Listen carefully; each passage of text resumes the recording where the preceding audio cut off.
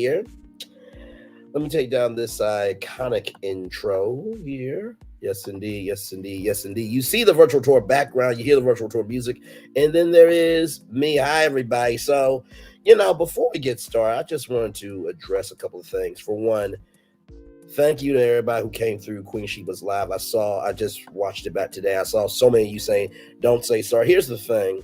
When your receipts speak for you, and when your character is so good that people come to your defense, and it drives the other people crazy and makes them look like the fool, the best way for a fool to be shown is to let them keep being the fool until they showcase themselves as the fool to everybody. And also, I just want to say this. If you work in EMT, fire, police, being a doctor, have your own therapist. Okay, please have your own therapist, because y'all give so much to people. You really, really do. You save lives. You use all of your knowledge to be able to make the best decision. And on top of all that, y'all have to live an actual life. So it's got to be difficult. But can we do something? Can we not judge somebody if you don't know them fully for the totality of who they are? Because even though we can all judge each other for a moment, guess what? You probably have moments in your life too where you aren't at your best either. And we talk to your family and friends, they'll probably say some things about you that'll make you be quiet. So please, before you give a prescription to somebody else on what they do or what they don't do, how about you check your own self first? Okay?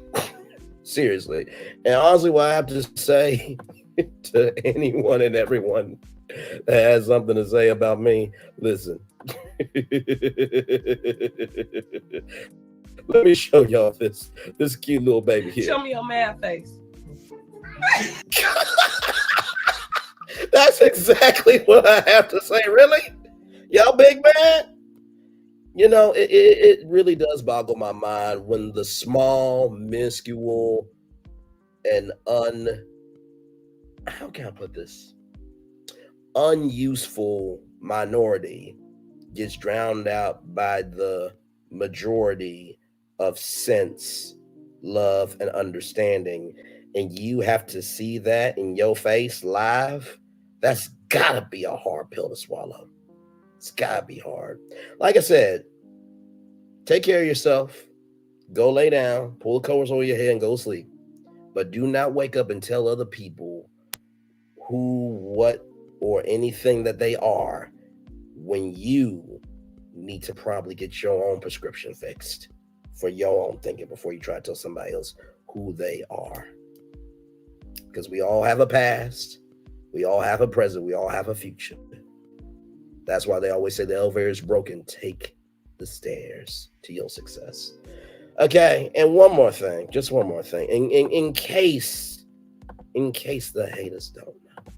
By the way, 1,504 people believe in me. So, in the words of Phaedra Parks, check that. But one more thing, and then we're going to get on tour. Okay. Holy Spirit, activate. Oh, no. Holy Spirit, Just in case y'all didn't know. Holy Spirit, activate. Activate. Listen. Holy Spirit, activate. Oh, no. Holy Spirit, no. Oh, no. activate. Holy Spirit, Holy Spirit, Holy Spirit, Holy Spirit, Holy Spirit, activate. Holy Spirit, activate. Oh, my Lord. Holy Spirit, activate. Holy Spirit, activate. Holy Spirit, activate. Holy Spirit,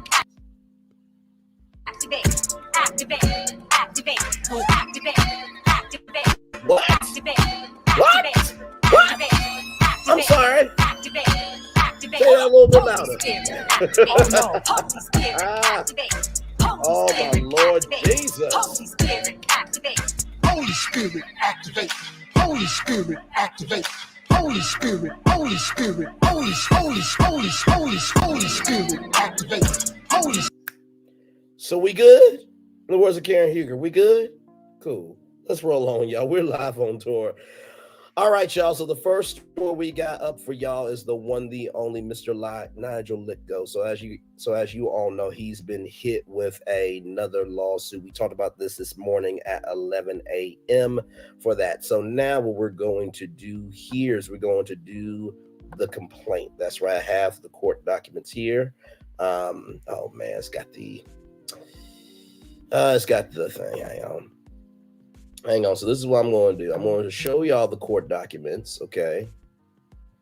Just to show y'all that these are the actual documents, okay? I'm going to show y'all this, but I'm not going to read it all the way because of the deadline watermark. Whenever you're doing stuff like this, you have to protect yourself at all times. You have to protect yourself. So here is court documents right here, okay? This is the court documents.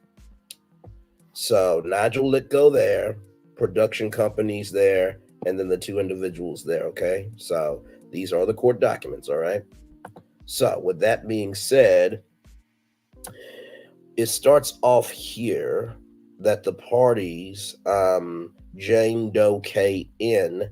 Is a resident of the county Travis, state of Texas. And Jane Doe K.G. is a county of Comal, Texas. And then Nigel Lythgoe is a resident of Los Angeles, California. So that is the people involved here, okay? So the general allegations, this action arises from the sexual harassment, battery, and assault of plaintiffs by defendant NL and the authorization or ratification of the same defendant, production, and rows 1 through 100. In 2003, plaintiffs were contestants on an all-female reality competition show called AAG, All American Girl. The show was filmed in Los Angeles, California. Filming commenced in January 2003, and the finale was filmed in or around May of 2003.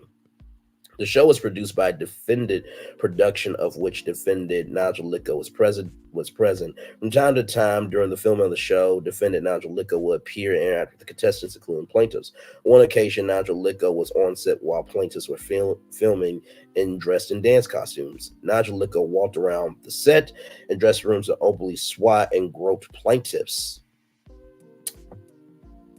and other contestants' buttocks. Defendant Production, by and through its employees, contractors, and representatives and agents, saw this happen, but did not act in a manner to condemn the action or prevent it from happening again. It was openly accepted. So in May 2003, All American Girl had its final filming and the show was completed. Defendant Production coordinated and hosted a party after filming for contestants, crew, and other members of the show, including the plaintiffs. So that is what we call a wrap party in the business there. So just wanted to get that out for y'all there.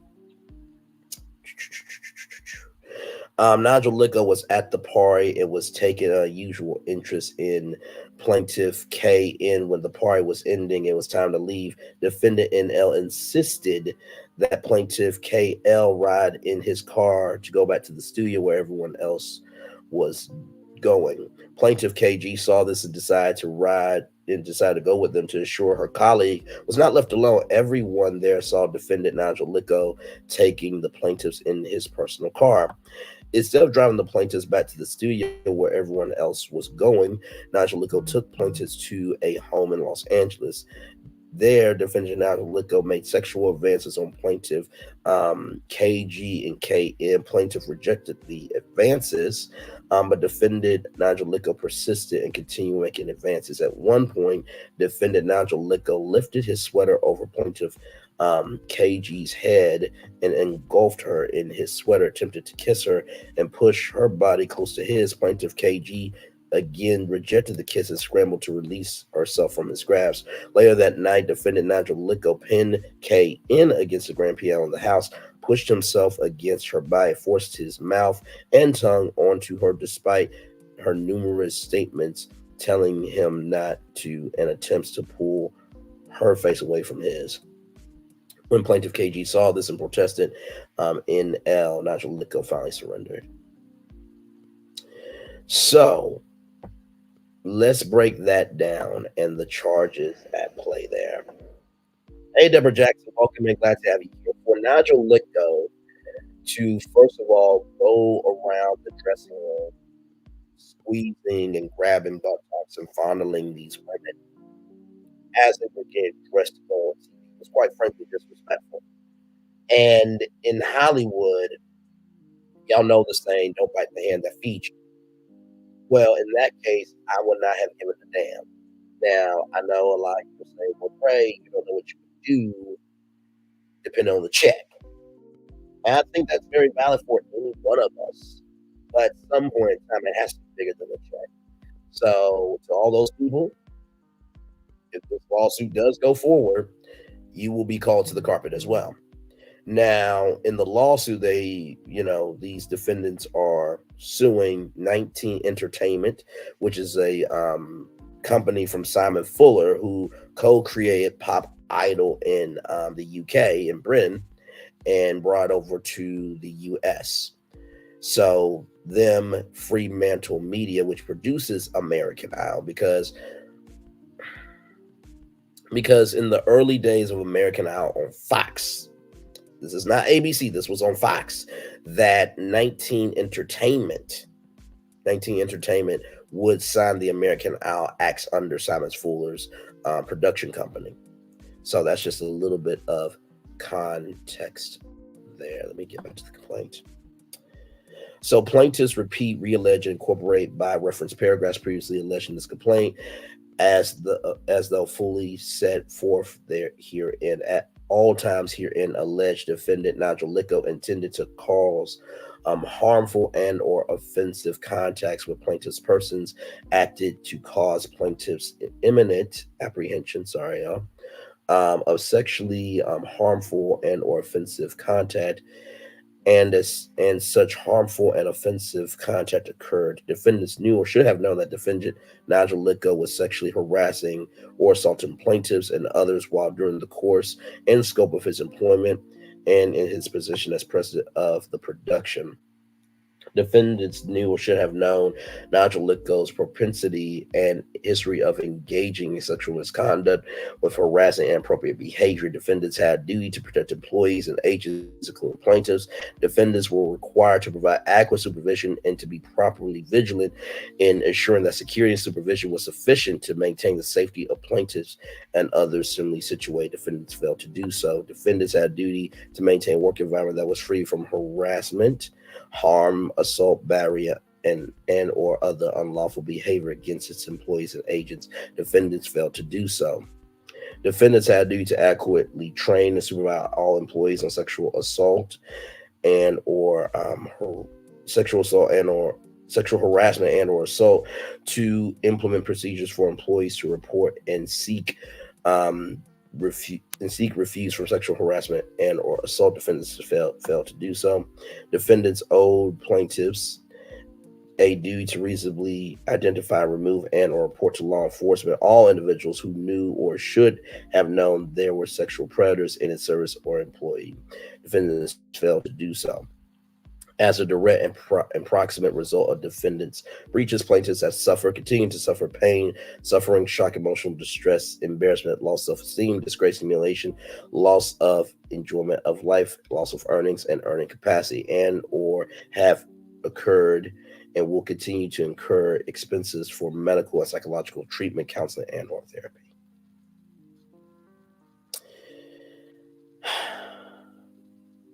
So there's already one lawsuit from Paula Abdul that is going forward.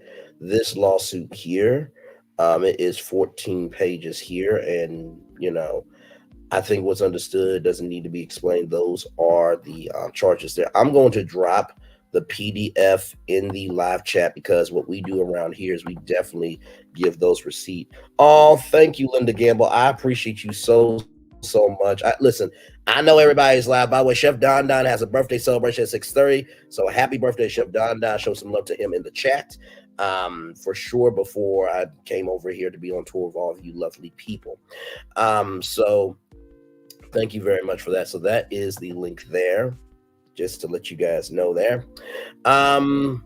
Okay, so and prayers up for the victims in this complaint here. Just to give a little caveat to this, because caveats and context is everything on this channel. Let me see here. Let me see.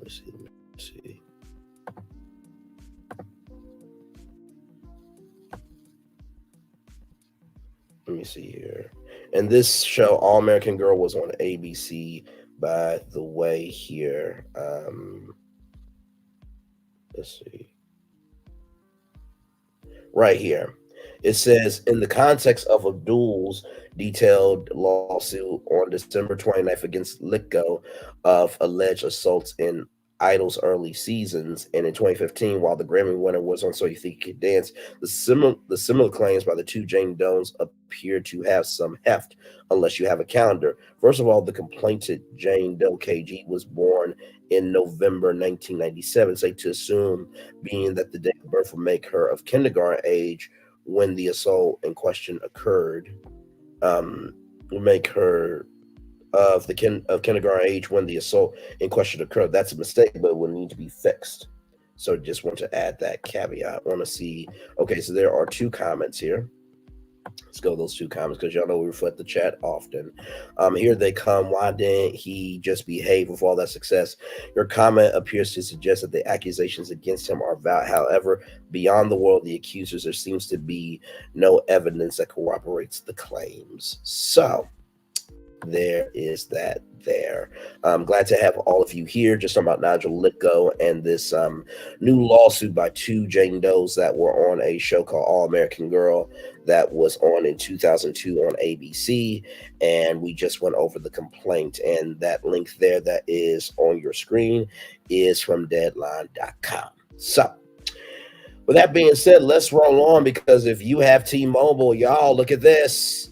T-Mobile adding Hulu for free to their top-tier wireless package. That's right. T-Mobile is sweetening the deal for its most expensive wireless plan with another free streamer. The carrier is bundling the ad support version of Disney's Hulu for no extra charge later this month.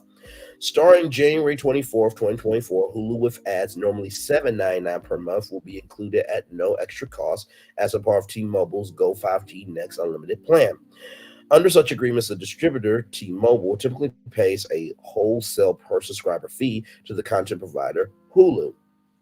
T-Mobile is adding the Hulu on Us perk on top of offering Netflix and Apple TV for no charge with Go 5G Next. Plus, T-Mobile customers can get free season-long subscriptions to Major League Baseball, MLB TV every year. According to T-Mobile, with the addition of Hulu with ads, the free streaming services included with Go 5G Next total more than $35 a month, or over $400 a year.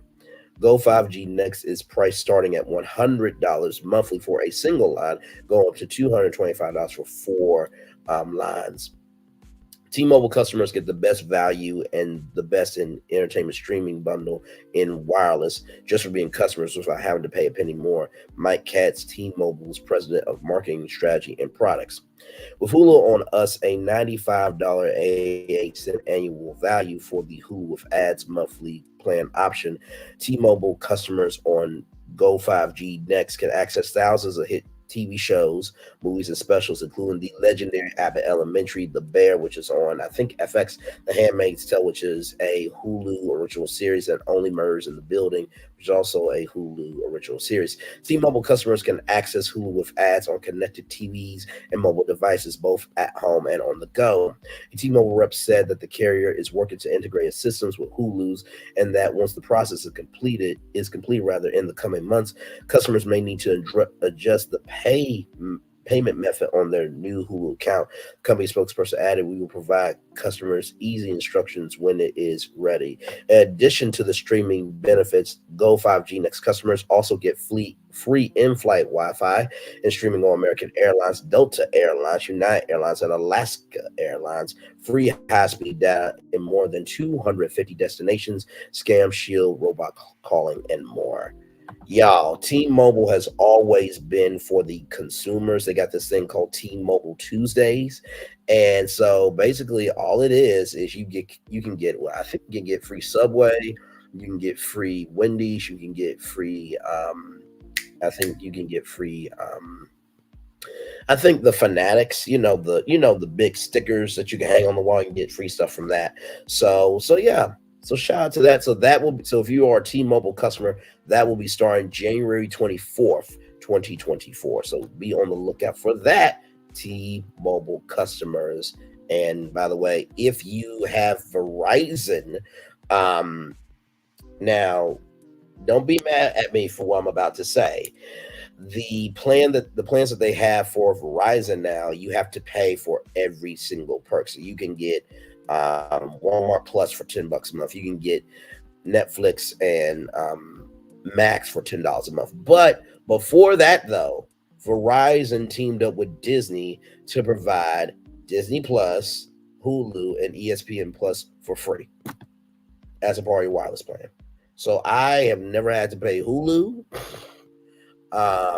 Disney Plus, or I was about to say Amazon Prime, Lord help, or ESPN Plus. So just to let you guys know that. And I think this is going to be the future of entertainment. Personally, is companies trying to diversify how people access content, just like T-Mobile. T-Mobile has always been on top of that. When they started Netflix on us, I'm like, that's crazy. They are legitimately giving away Netflix for free to their customers. But the crazy thing is you have to have 2 or more lines. Actually, let's go to T-Mobile.com.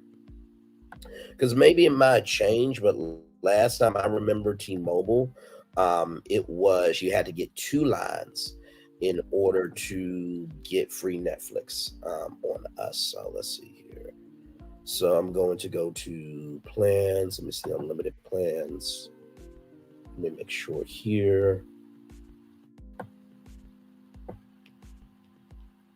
Okay. Okay, so let me share this tab instead. There we go. So how many phone lines would you like? So you get unlimited 5G, 4G, LTE, DAF, 5G nationwide coverage, dedicated customer service care, limited talk and text, T-Mobile Tuesdays, like I told y'all, and advanced scam block and protection. So on this thing here, oh, wait a minute. Okay, they did switch it. Okay, because for a long time,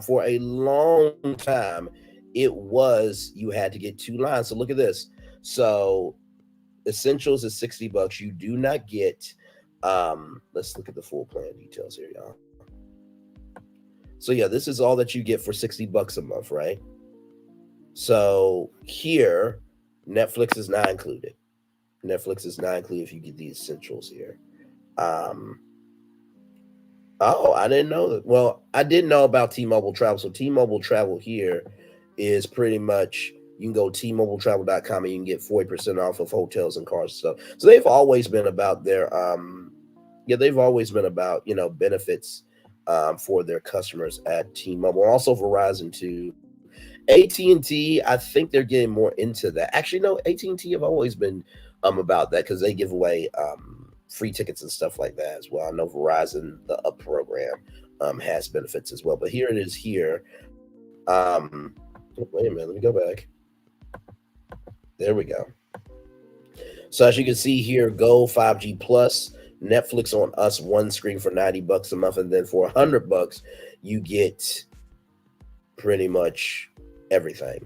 So there you go for T-Mobile. So that's really cool. So now if you guys get T-Mobile, you also get Hulu on top of all of that. All right, we got more coming up here on Virtual Tour Live. Let's go to Snoop Dogg. Snoop Dogg here. Yes, indeed. Yes, indeed. Yes, indeed. Yes, indeed. This comes to us from BlackEnterprise.com's NBC as Snoop Dogg to Summer Olympics primetime show. We're going to have some amazing competitions. Of course, I will be bringing that Snoop style in the mix. It's going to be the most epic Olympics ever, so stay tuned and keep it locked. Is there anything hip-hop entrepreneur Snoop Dogg can't do? NBC Sports recently announced that Calvin Broadus, better known to the world as Snoop Dogg, will be joining its coverage of the Olympics this summer in Paris. The multi-talented lyricist will lend his views on site at the Olympic primetime show starting July 26th on NBC and Peacock. So that's the press website. So we'll go there in just a minute, so you guys can see how official it is and everything. I grew up watching the Olympics, and I'm thrilled to see the incredible athletes bring their A game to Paris.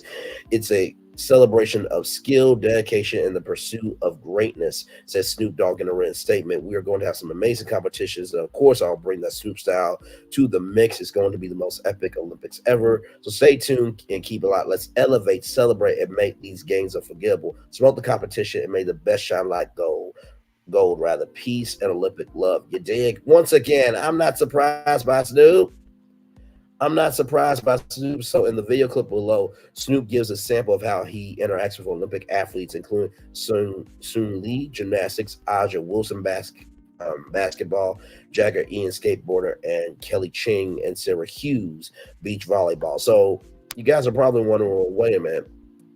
What do you mean that Snoop has done this before? So him and Kevin Hart had actually did the Olympics together for like coverage and stuff. So just wanted that to be known there. So here's a little bit of this here. Jingle bells, jingle bells. Oh, it's Happy New Year. Today, I'm here with Team USA. Hanging out with Olympic skateboarder, Jagger Eaton. What's up, Jag? What's going on? Explain this to me, what we seeing, what we watching. So right here, you're seeing up the middle of a backside 540. 540. I would get a tattoo of that if I was you. No, I'm definitely not getting What that. are you waiting on? Ladies of the world. Ladies, I need 100 ladies to get this tattoo Oh, on your oh. Asia in action. Photo 1. See what that is? That's an old school finger roll. I actually smoked this layup. You missed that? 100%. At least we won. Gold, right? That's it. Yeah. That's Gold is the gold. Oh, wow. What is this move called? That's an aerial, a cartwheel without your hands. On that little bitty piece of wood right there? Yes. That's what it sounds like, right? Can you explain to me what this is? What is that? What is that? Oh my God. Let it go. Just let it go. L-I-G. I want to see this moment again in Paris. You're gonna be celebrating with us. Yeah, do Pinky it. swears. Bang, bang, pinky gang. We in here. I will see y'all in Paris. Bonjour. Oui, oui. Look, What do we mean? Yes. Oui, oui. listen, you know what? I'm looking forward to the Olympics, man. Hey, Colton, welcome in. I am so looking forward to the Olympics, man, with Snoop Doggy Dogg. That's what's up, man. That's going to be a good time had by all. He'll team up with NBC Olympics host Mike Tirico. Snoop will bring the unexpected way he sees things. He'll also explore the scenes taking place in Paris. So he'll probably do some social sites, restaurants and different traditions and things like that. Snoop is already an Olympic gold medal commentary, generating tens of millions of views for his highlights generating tens of millions of views for his highlights commentary on Peacock of the dresses competition during the Tokyo Olympics, said Molly Solomon, executive producer and president of NBC Olympics production.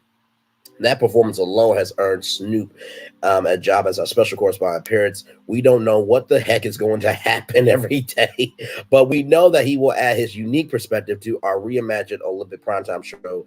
NBC will air the Olympic Games Paris 2024 on NBC and Peacock from July 26th to August 11th. Oh my God, the Paris Olympics will be airing on August 10th, my birthday. How awesome is that? Oh my Lord, that's going to be awesome. And then here is the official press release. Yes, so there is a thing as press releases, y'all. So here is for me release. Oh, this release on December 31st, y'all. The last day of the year. And so there you go. That's the official press release from NBC Sports Press Box. So shout out to that. Like, comment, share, subscribe, everybody. We are live on tour. Glad to have all of you here. I know a lot of people are going live right now, but listen, thank you for dropping by here. By the way, shout out to Tea Talk with your girl. She was live. I was over there in that great live chat there as well. All right. So this next story, y'all, is very, very heartbreaking. And I just want to do a trigger warning to everybody because this one is real. and raw. So just let's give some love, grace, and some space, okay? So this comes to us from TMZ. Marvel actress Carrie Bernans' new video shows brutal New Year's Eve car crash. So, new video has emerged just showing how dangerous the situation was that sent Marvel actress Carrie Bernans to the hospital on New Year's Eve as a reckless driver plows through pedestrians and a food truck. The terrifying wreck happened in Midtown early Monday morning near Madison Square Garden. You see a black Mercedes whip around before flooring it towards cops and a food truck while people are screaming here. So, this is graphic video. I've given you the warning now, okay? So here we go.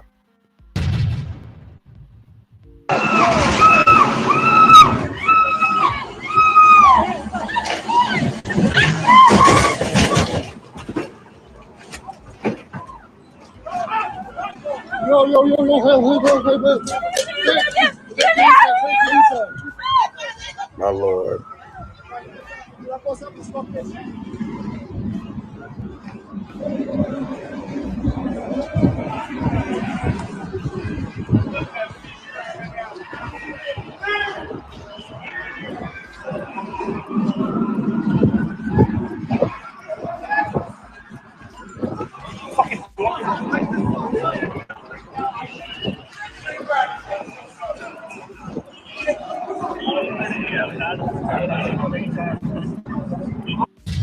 So that is the video there. So if we go back and look here, I'm going to do it silent now so I can give the commentary. So that's the Mercedes-Benz there. And you see the people scrambling here. The car is literally running right into that truck there and still continuing off. There is a young lady right there on the ground, can't really feel anything. I don't know how anybody would be able to feel anything, rather. And then just everybody there where they are. So here is the crash up close here. I'm going to launch the gallery here. Like I said, trigger warning, everybody. That is the Mercedes-Benz there. Now, I don't know if that's the driver or not. But yeah, you see there, broken glass, horrific scene. It's a very, very horrific scene there. My Lord. All on New Year's Eve morning. Whew, okay. So the smash car ends up on top of a woman, though it doesn't appear to be Carrie, as bystanders try to pull her out from under it. Unfazed, the reckless driver continues down the street before the chase eventually comes to an end. So this is Carrie here. So this is Carrie Bernans here. So this is her. My Lord. My Lord. As we report, the Black Panther star's mom, Patricia, has been updating fans about her daughter's condition, including showing a photo of Carrie hooked up to machines in the hospital at the gruesome ordeal. So that was Carrie, who you guys just saw. So here is this video. 81 contestants, 81 categories. Space. Desserts. In the most epic game show ever. Let's light it up. From the creators of The Voice and Big Brother. Who will conquer? Floor. The Floor. All new Tuesdays on Fox and watch anytime on Hulu.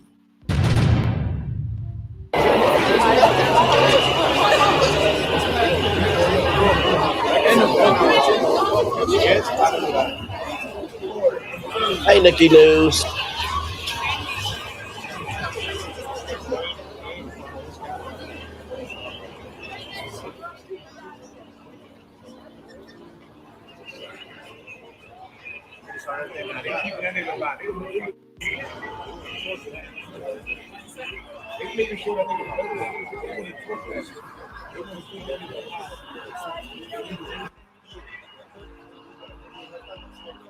Just a horrific sight to see there.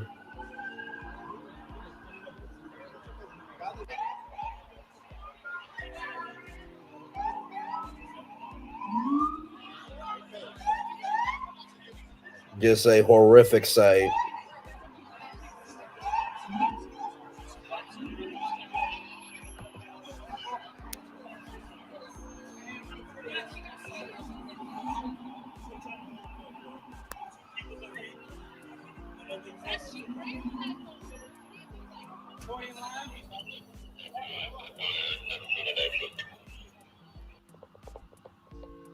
I think that is a aerial shot. Looks like somebody from an apartment building. So for those of you just coming in, and hey, Nikki News, welcome in, Queen. It's good to see you here. Y'all, we're just getting started on a brand new year. So to give y'all an update on what's going on, so Marvel actress Carrie Bernans, new video shows brutal New Year's Eve car crash. So here is the car crash. Once again, trigger warning everybody on the graphic nature of this video.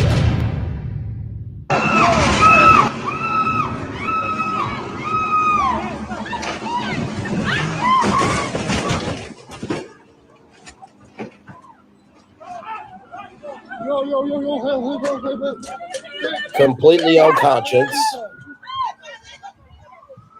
Completely unconscious. Completely unconscious. So this wreck happened early Monday morning near Madison Square Garden. You can see a black Mercedes whip around, which, by the way, this right here, that right there is the black Mercedes that whipped around there.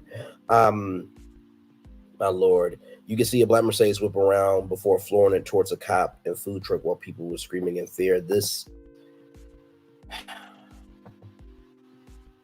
I mean, I knew something was going to happen on the first day or December 31st, but not this, y'all. Not this. And see, that's why I don't worry about petty social media perspectives that they don't put me in a heaven or hell, because stories like this, actual, real, fat beast greasy news is happening. That needs to be covered, needs to be told, it needs to be heard. So, with that being said, so this is Carrie Bernans here. The smash car ends on top of a woman, though it does appear to be Carrie, as bystanders try to pull her out from under it. Unfazed, reckless driver continues down the street before the chase comes to an end. So this is Carrie Bernans. She's a Marvel actress. She was in Black Panther. I think she was a part of the army that, legendary Wakanda forever. As we reported, the Black Panther's mom, Star Patricia, has been updating fans about her daughter's condition, showing a photo of Carrie hooked up to machines in the hospital after the gruesome ordeal. Patricia said Carrie was with a friend and stopped at a food truck before the car took it down, knocking her unconscious and pinning her underneath. It's unclear during the ordeal where Carrie was struck. So we're going to watch this on Instagram.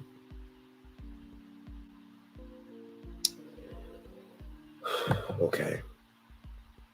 So I'm just going to okay.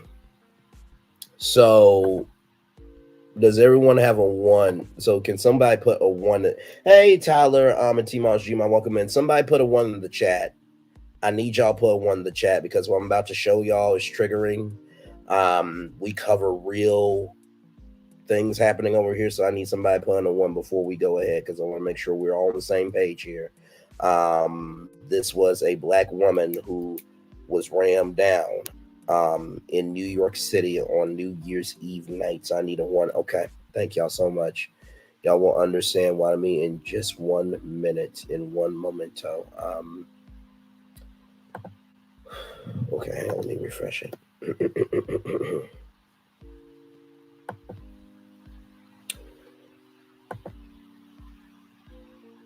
So I'm gonna read this. This is from the mom here. Every moment and occurrence in your life is not always for sharing, and this certainly would not have been one of those moments. But the truth is, we need your help. On New Year's Eve, my dear friend Carrie Bernans was involved in a hit. Oh, so this must be from a friend, but the mom is involved. Okay. On New Year's Eve, my dear friend Carrie Bernans was involved in a hit and run accident in New York that has landed her in the hospital with several fractures, stitches, and fragmented teeth. We decided to share because we need our community. Carrie is a single mother of a beautiful baby boy, Jax, who hasn't even turned 1 year old yet. But yet people want to be upset about somebody saying what needed to be said on a YouTube live. But y'all can't have this energy for what needs to matter. Okay. Not y'all. Hashtag there's bigger fish to fry out here in this world, y'all. Between dental hospital bills, time she will be off work, anything that any of you can do to help during this time will mean the world to all of us as we begin to work through this journey to recovery. As many of you know, Carrie is a professional stunt woman and actress, so healing for her means much more than bouncing back to a normal, but to the superwoman some of us know personally and others have grown to love. Watching Black Panther, Spider-Man, and The Color Purple. Link is in my bio, so I'm gonna play this now. I'm going to get that link up. It's right there in the hospital.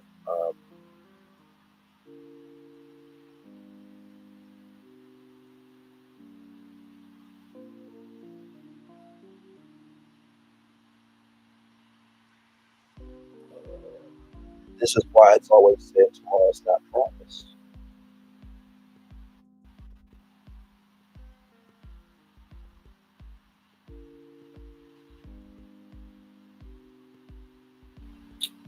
I'm letting that breathe for a minute because it needs to breathe. Okay. Oh, Lord. So, let me get this GoFundMe up here for y'all. This is why I don't understand about the world we live in today, is that there are bigger things that we need to talk about, but yet we get so trivial in being right that we don't want to be about being happy. So here is the GoFundMe for Carrie Bernans drunk driver collision here.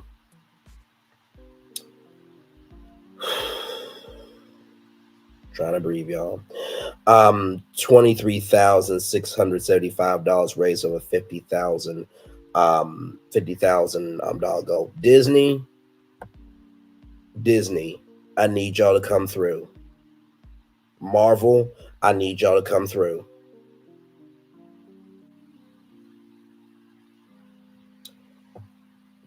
To SAG-AFTRA and Fran Drescher, I'm gonna need y'all come through. Because y'all went on strike for almost a whole damn year just to get a paycheck. If y'all can go on strike for a whole damn year, y'all can come through for this Black Queen right here. And don't say that, oh, well, we got the SAG Awards, Braylon, on February, 24th or 15th or 14th or whatever the hell, because you kept promoting it, that we were being hypocritical under a strike. We got that award show coming up. I understand you got a award show on Netflix coming up, but this woman deserves that. SAG could make that 50K done like that. Disney can make it done like that. Marvel can make it done like that. Get to work. Get to work.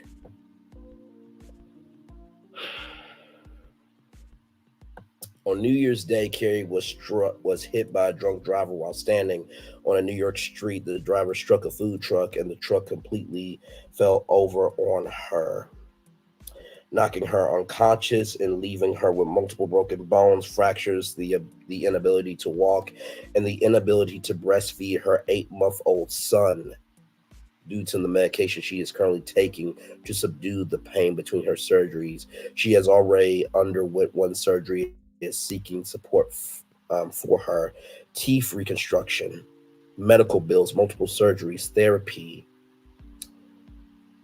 physical and mental therapy, child care while healing, groceries, financial support while recovering during her inability to walk or take acting stunt roles.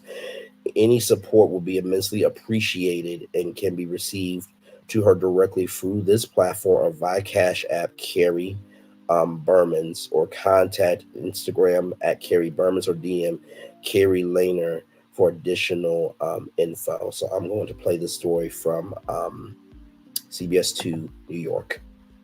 Several people hurt after a vehicle fleeing police sped down 34th Street, hitting pedestrians and several cars.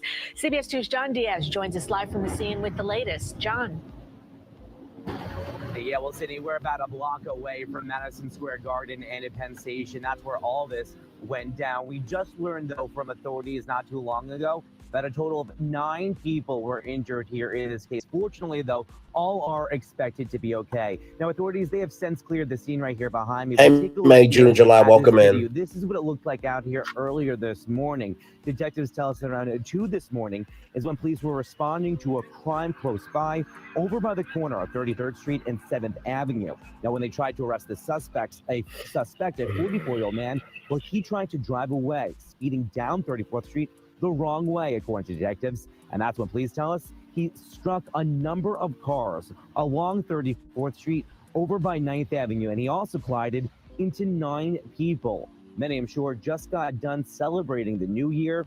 All of them, though, were taken to area hospitals for just minor injuries, expected to be okay. One woman, though, was hit by a food truck in the process. She's listed in stable condition at the hospital. And we're also hearing that at least one police officer needed to be hospitalized, but it's unclear right now if he was struck by the car as well. But what is clear is that this driver, he was quickly apprehended by police moments after all this happened. He too, though, had to be hospitalized, but right now we are told that he's listed in stable condition, and police do have him in custody there at the hospital. For now, though, we are live this morning from Midtown Manhattan. John Diaz, CBS 2 News. John, thank you. Several people hurt. Sorry, so I'm gonna drop the GoFundMe link in the live chat if you guys want to contribute. I'm going to do a small donation, and also recognize too, whatever you have is more than enough. There is the GoFundMe here. As I give you guys more context on this story, this comes to us also from TMZ here. So Marvel actress Carrie Bernans was hit by a car while celebrating New Year's Eve in New York City, and graphic images show the gruesome extent of her injuries. Carrie is hospitalized, as you can see her bloodied and hooked up to machines and photos, and her mom Patricia posted on Monday saying Carrie had been walking with a friend when they stopped at a food truck and a car careened into it, knocking Carrie unconscious and pinning her underneath. And here,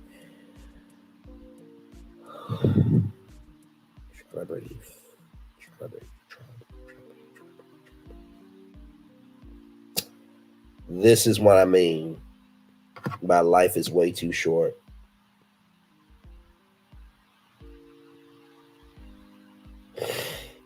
Sorry, I'm just saying much love. This is what I mean by life is too short.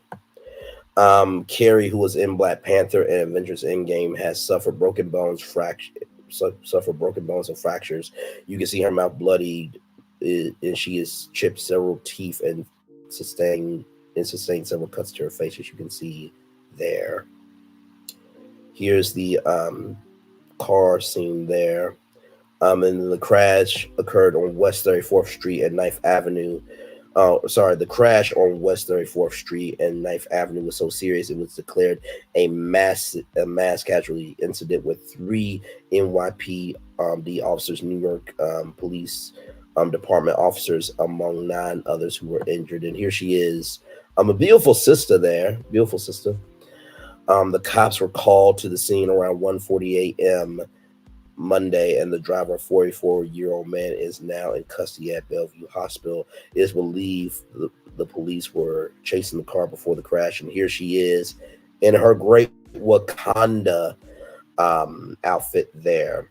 Despite the traumatic crash, Carrie's mother says her daughter is healing, holding on to an immense sense of gratitude for life itself, and asking to keep everyone in their thoughts and prayers. So there was an exclusive interview from ABC 7 in New York, and so we're going to watch that interview here.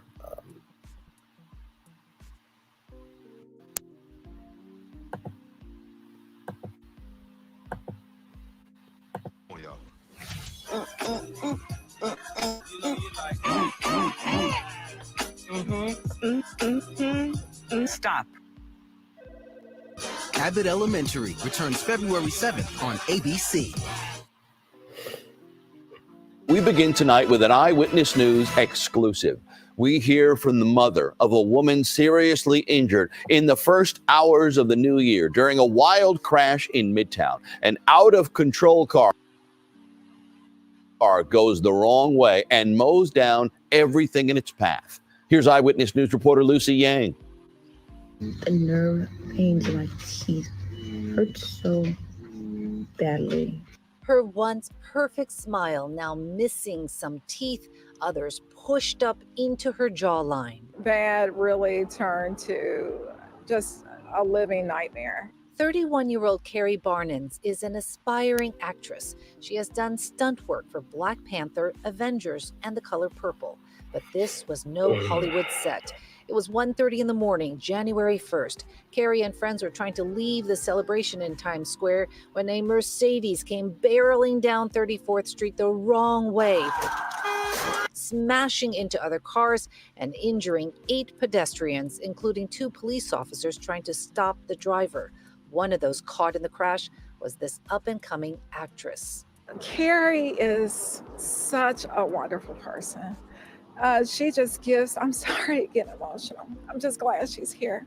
Carrie and her family have flown to New York City to ring in the new year. Never did they imagine she would end up in Bellevue with a broken body full of fractures and cuts and bruises. Thankfully, her 7-month-old son and mother stayed at the hotel. Look at that beautiful baby boy right there. Look at that beautiful baby boy. That night. These last few months have not been easy for Carrie, a new mother who was then forced out of work because of the actors' strike. Now she's facing a storm of medical bills, reconstructive surgery, and extensive physical therapy. Now she's at a point where she needs someone to help her out. Despite this nightmare, Carrie's mother is counting her blessings. She prays her daughter makes it back to LA someday to catch her star. Some people may say, okay, we started New Year's off like in a negative way. I'm looking at it, no, we started New Year off with all of our children. And this one too wasn't lost. Amen to that. Amen to that. Prayers up for absolutely he is Nikki News. Well, indeed. Well, indeed. So prayers up to the family. I'm getting little goosebumps right now. And see, that's why I am still in who I am, because I know what I care about. I know who I care about, and I know the energy I give. So let the fools continue to play as the fools, and you be still knowing that the only reason why they're in the circus is because they're an act, and you're the ringmaster because they chose you, not them. Okay?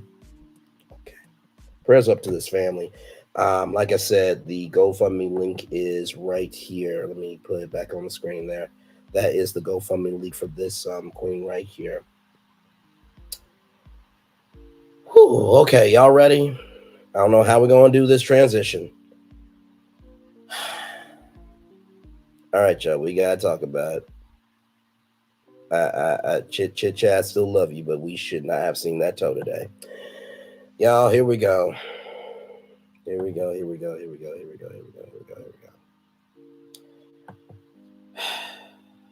Neighborhood talk.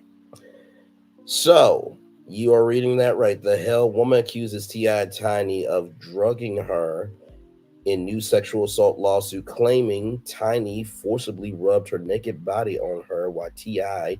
stuck his toe into her vagina. It's only the 3rd day of the year, y'all.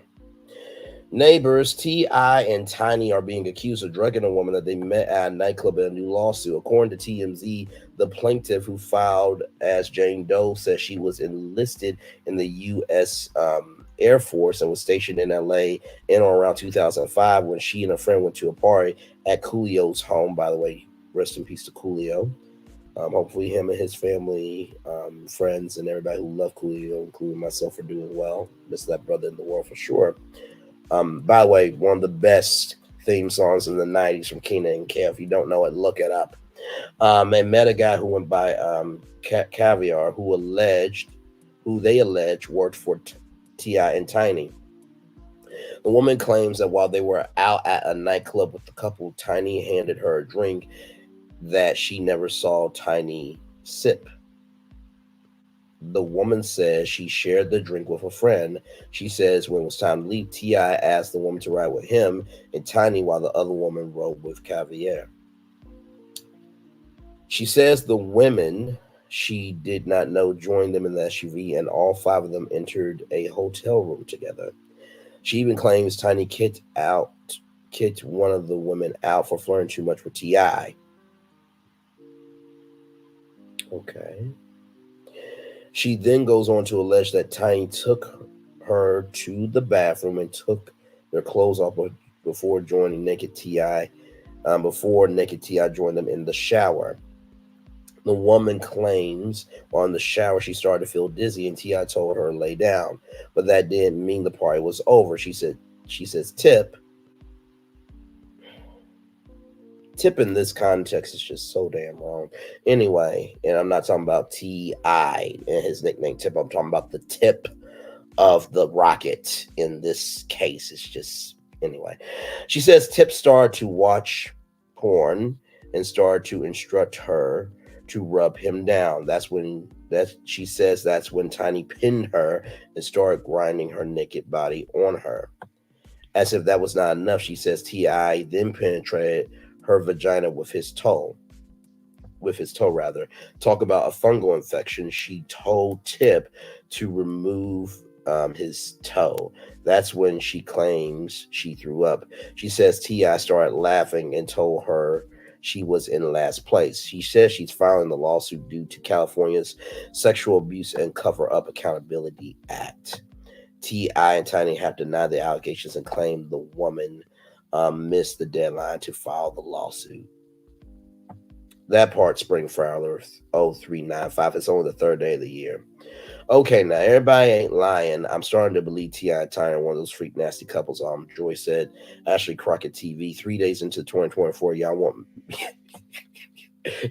me to be y'all want me to be Negroes was leaving the club hugging exes with their big toe in 2005 enough.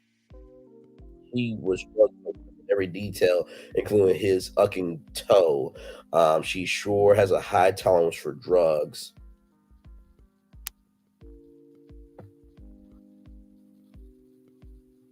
You know what? Y'all see the comments. So here is the toe. Now, I don't know who Trouble Man 331 is, but here it is here, allegedly. Okay. So allegedly, that's T.I.'s toe. Kia Rose says, please, that toe is thick. Leave my boy T.I. alone, LOL, not the Pink Panther music. So this is how 2024 is starting. We've been knew that they was freaky. Next.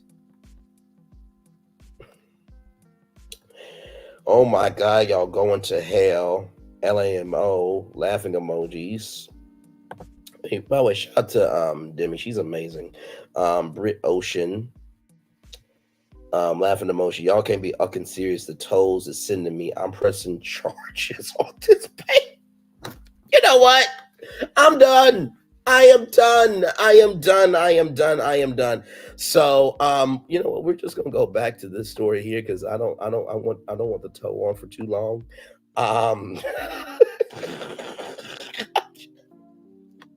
That's what I'm saying. Like, why? BRB, I feel you. Like, it's only the third day of the year, y'all. It's only the third damn day of the year. What is wrong with you people?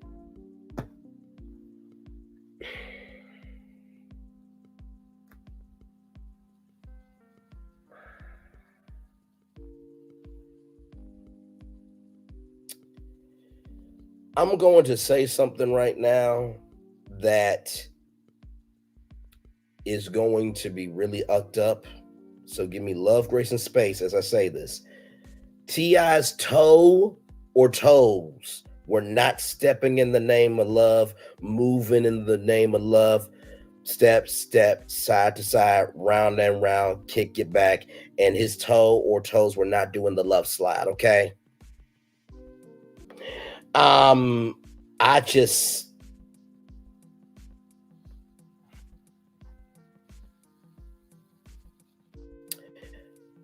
that part. This is crazy. This is very crazy. And yes, I did use that lyric, okay? So, listen, okay? Okay. So, there is a response to this, believe it or not. Oh, Lord. So this comes to us from the Jasmine brand.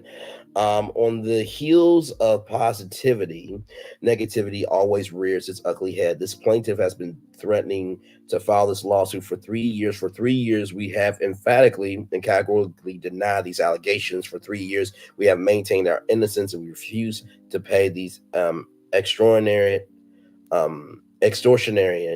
demands for things we didn't do. For 3 years, we maintained the same position. While the claims in this story have changed time and time again, our position is clear. We are innocent of these claims. We will not be shaken down, and we will look forward to our day in court. Well, y'all won't be shaken down, but apparently y'all got down and got in and just had a party. So allegedly.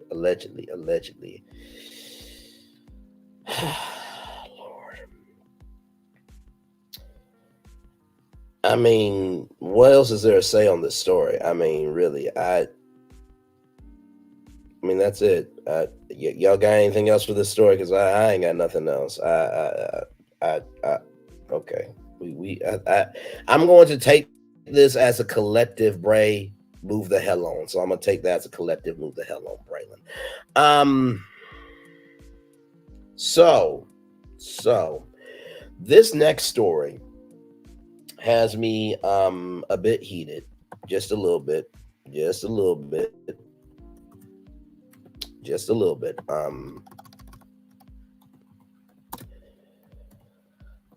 Now y'all know we talked about Kelly Clarkson before, and I have consistently said that I don't think Kelly Clarkson deserved a daytime talk show because I didn't get why she was chosen. But as I watch the show from time to time and start to see social media, I do see the appeal to her. So she has earned it. Like I said, I come from the world of Oprah Winfrey, Montel Williams, Ricky Lake, Rolanda Watts, so legends in the game, right? That, this is what they did. So I found this story from the Jasmine brand originally. So I'm going to give the Jasmine brand its credit here. Let me do this here. So this is from the Jasmine brand. Okay, so I do want to say that. But for the details, this is an exclusive from page 6, from the New York Post here, page 6, as they call it. Exclusive. Kelly Clarkson's then hubby told her she was not sexy enough, like Rihanna, to be on The Voice. Okay, this is what you want to say, Brandon. Okay. Kelly Clarkson, then husband, allegedly told the Grammy award-winning singer that she did not have enough sex appeal to be a coach on The Voice, and that NBC executives instead want someone sexy like Rihanna. Clarkson, 41, made the claim last year to a California labor commissioner who eventually ruled in the favor of the singer and ordered her now ex and former manager Brandon 47 to pay her $2.6 million for unlawfully procuring deals that should have been handled by her talent agents. The Since You've Been Gone singer testified she told Blackstock for years that she wanted to be on The Voice, but that he advised her network executives were not interested because they were looking for more of a sex symbol type, such as Rihanna, according to the court documents viewed by the Post. Clarkson eventually joined the show as a coach in 2018, the talent competition's 14th season. The singer also testified that her now former husband allegedly told NBC, Brandon. The singer also testified that her now former husband allegedly told her NBC had to have someone that was black. They had to have a diversity thing. Diversity is not a thing, or to have a diverse thing. Diversity, or anything of that world is not a thing. It is a platform. It is an outlet, and it is called representation. And that she and singer Blake Shelton, who were already a coach on the show, were too similar. Sir, Blake Shelton. Oh, hang on, sorry, y'all. Let me get the story back on for y'all. Sir, Blake Shelton was there since the very beginning. And to be quite honest with you, this is the panel. I remember the panel very vividly. It was CeeLo Green, Christina Aguilera, Adam Levine, and Blake Shelton. That was the first original panel of The Voice on NBC. So Blake Shelton has been there from the beginning. And Kelly Clarkson does pop, Blake Shelton does country. So how are they similar? Let's roll on. So when asked by her lawyer, Ed McPherson, how she was able to recall the specific conversation, Clarkson responded, well, the wife doesn't forget a time where she's told that she's not a sex symbol, so that stays. Ooh, Lord Jesus, Lord Jesus. Clarkson filed for divorce from Blackstock in June 2020 after nearly 7 years of marriage. The former couple finally settled their divorce in March 2022 after a bitter battle over custody of their 9-year-old daughter, River Rose, and their 7-year-old son, Remington Remy Alexander, and their shared Montana ranch. So Kelly Clarkson has a ranch in Montana, and she was doing the talk show out in Los Angeles, but she moved her show to New York City just to be closer to her ranch and her family. Just to give y'all context. So before the marriage imploded, Blackstock did approach NBC executives in May 2017 with an offer and information they couldn't refuse. Sign Clarkson on The Voice or risk losing her to their primetime competition, American Idol. But here's the thing, though, and a comment on the Jasmine Brand comment section said this: without Kelly Clarkson doing what she did on American Idol, there would not be The Voice. And that is a damn fact.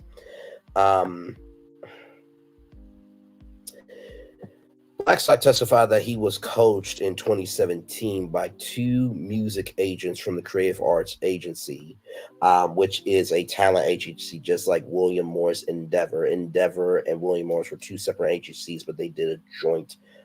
They joined, or they merged their companies to pressure NBC executives and to tell them Clarkson was already in talks with ABC to become a judge on American Idol, where Clarkson first got her fame.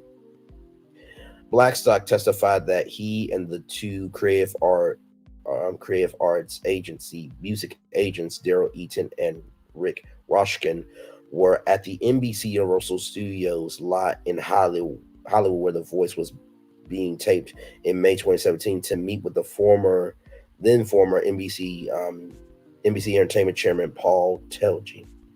Blackstock said the agents told him it would be better to approach Telge rather than them because the NBC executive allegedly did not like dealing with agents. Critically and consistently with their negotiation strategy, Blackstock informed Telge that American Idol will be submitting an offer to Clarkson, wrote Blackstock's lawyers, Brian Free and Jesse Kaplan, in a court document viewed by the Post. In response, Telge asked Blackstock, what would it take to sign Clarkson to The Voice? So it says here, Rihanna was allegedly being considered for a spot as a coach on The Voice because NBC said they wanted someone sexy like her. First of all,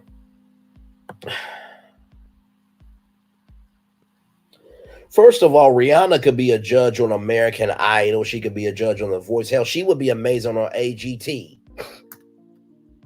If Showtime at the Apollo came back where they needed 4 judges, Rihanna would be one of the judges. She could rock any show. And they need someone sexy like her. The Voice is a singing competition with coaches that coach their teams, with advisors. The Voice, even though it's not known for the winners of The Voice, they are about the process of what it is to be a singer, while American Idol is about the magnitude of the platform of what singing is about. So y'all can get the hell out my face with that. Saying that NBC wants somebody sexy like Rihanna, tune in. If the show is good, the show is good. If the show is bad, the show is bad. People are going to tune into what they want to tune in. Now, does it help if Rihanna's on the show? Yes, but if people don't like the format, then the show is going to be shit.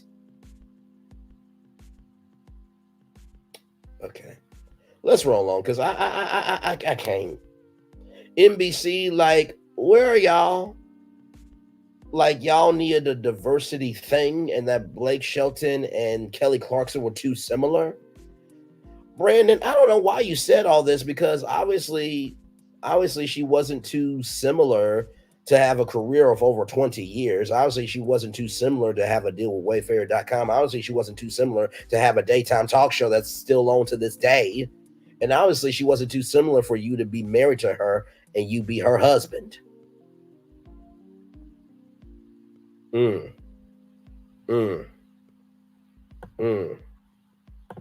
Let's keep rolling. Blackstock told Tedgley that it will be somewhere around Blake Shelton money. Blackstock, who also managed Shelton, had access to the country singer's contracts for The Voice, according to court documents.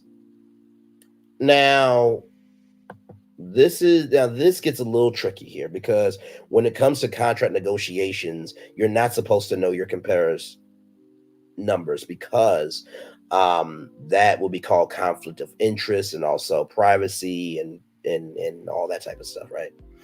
So to use a client's numbers to help your wife could be a conflict of interest, right?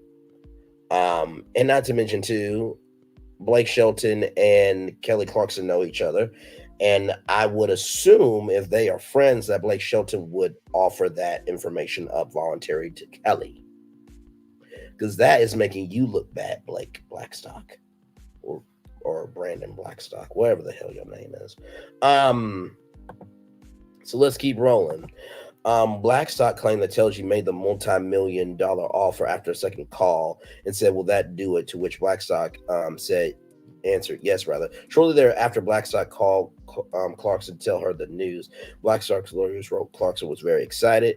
NBC cut ties with Tedgley in August 2020 after a Hollywood Reporter investigation uncovered allegations that the former entertainment chairman engaged in racist, sexist, and racist behavior. Tedgley has denied any wrongdoing. The former NBC Universal executive did not testify in the labor board hearing involving Clarkson and Blackstock at his management company. So Meredith Ayar is the president of Alternative and Reality Group for NBC Entertainment. That is Paul Tedgley, former chairman of NBC Entertainment, and then that is Amy Poehler. Amy Poehler's from Saturday Night Live, the Golden Globes, and the whole shebang. While Eden and Roskin were not called to testify in front of the California Labor Commissioner, Kat Carson, a veteran creative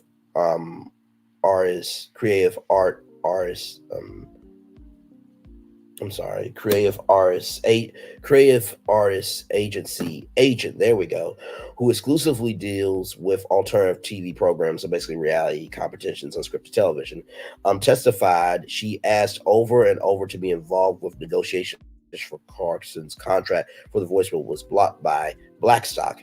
I repeatedly had asked from the beginning stages of the Voice negotiation calls that I want to join, and Brandon said that he wanted to do it solo, and that this was the same instance he wanted to talk to Paul directly. He wanted to talk to Lee Strauss, then NBC Business Affairs Executive Vice President of NBC's alternative program, directly, Carson testified.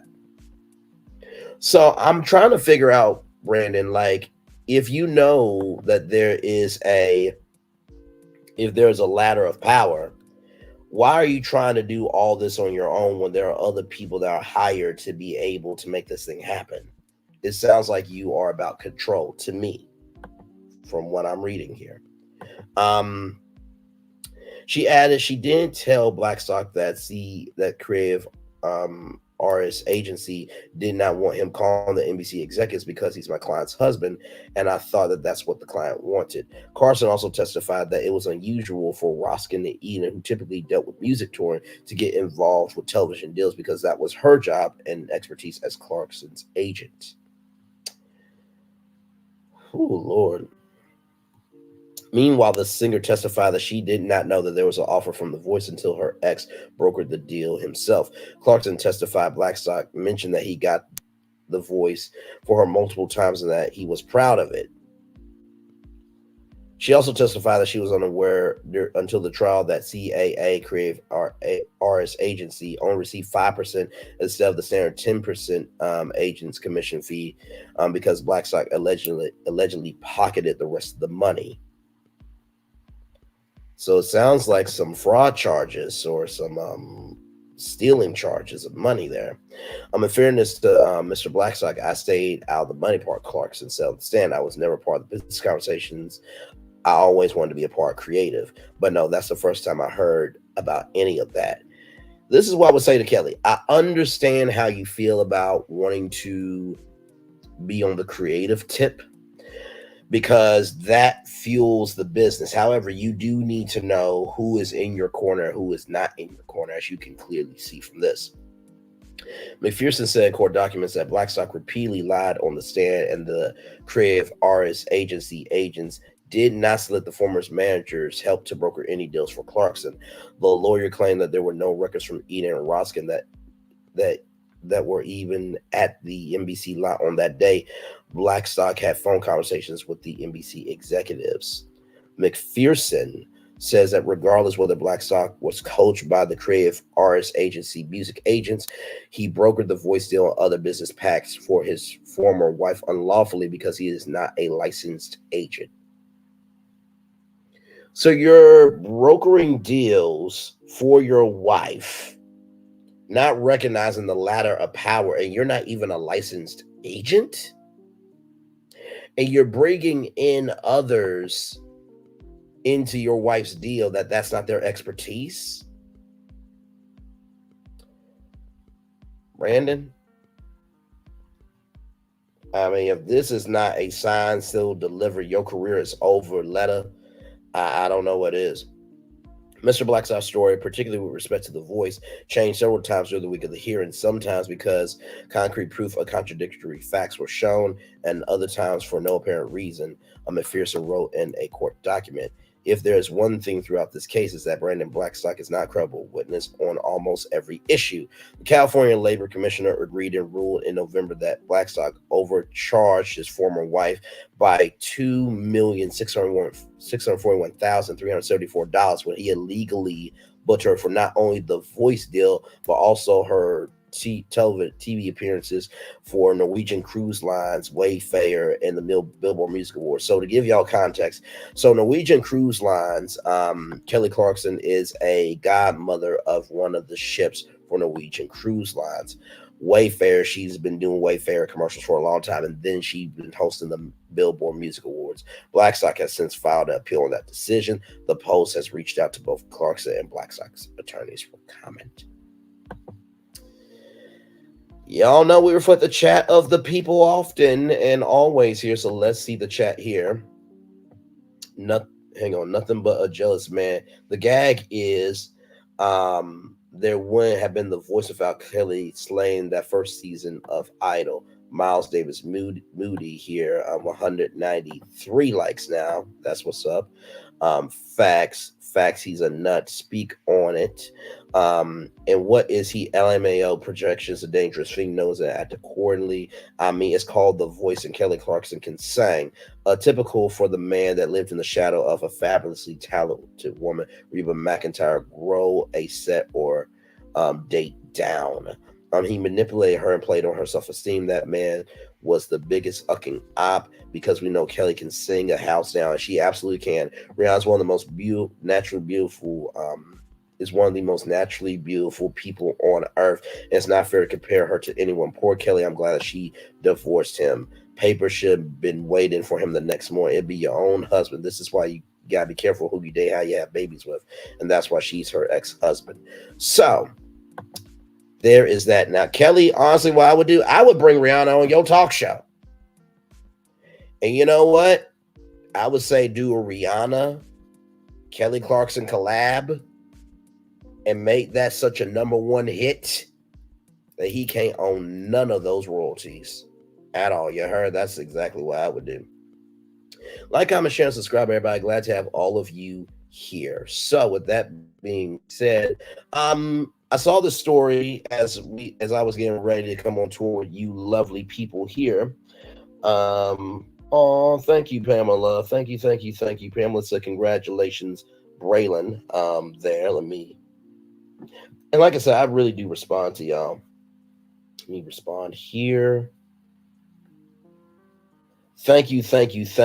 Sometimes you have to show people who you are for them to see who you are. So thank you for seeing me. I appreciate you so much. There we go.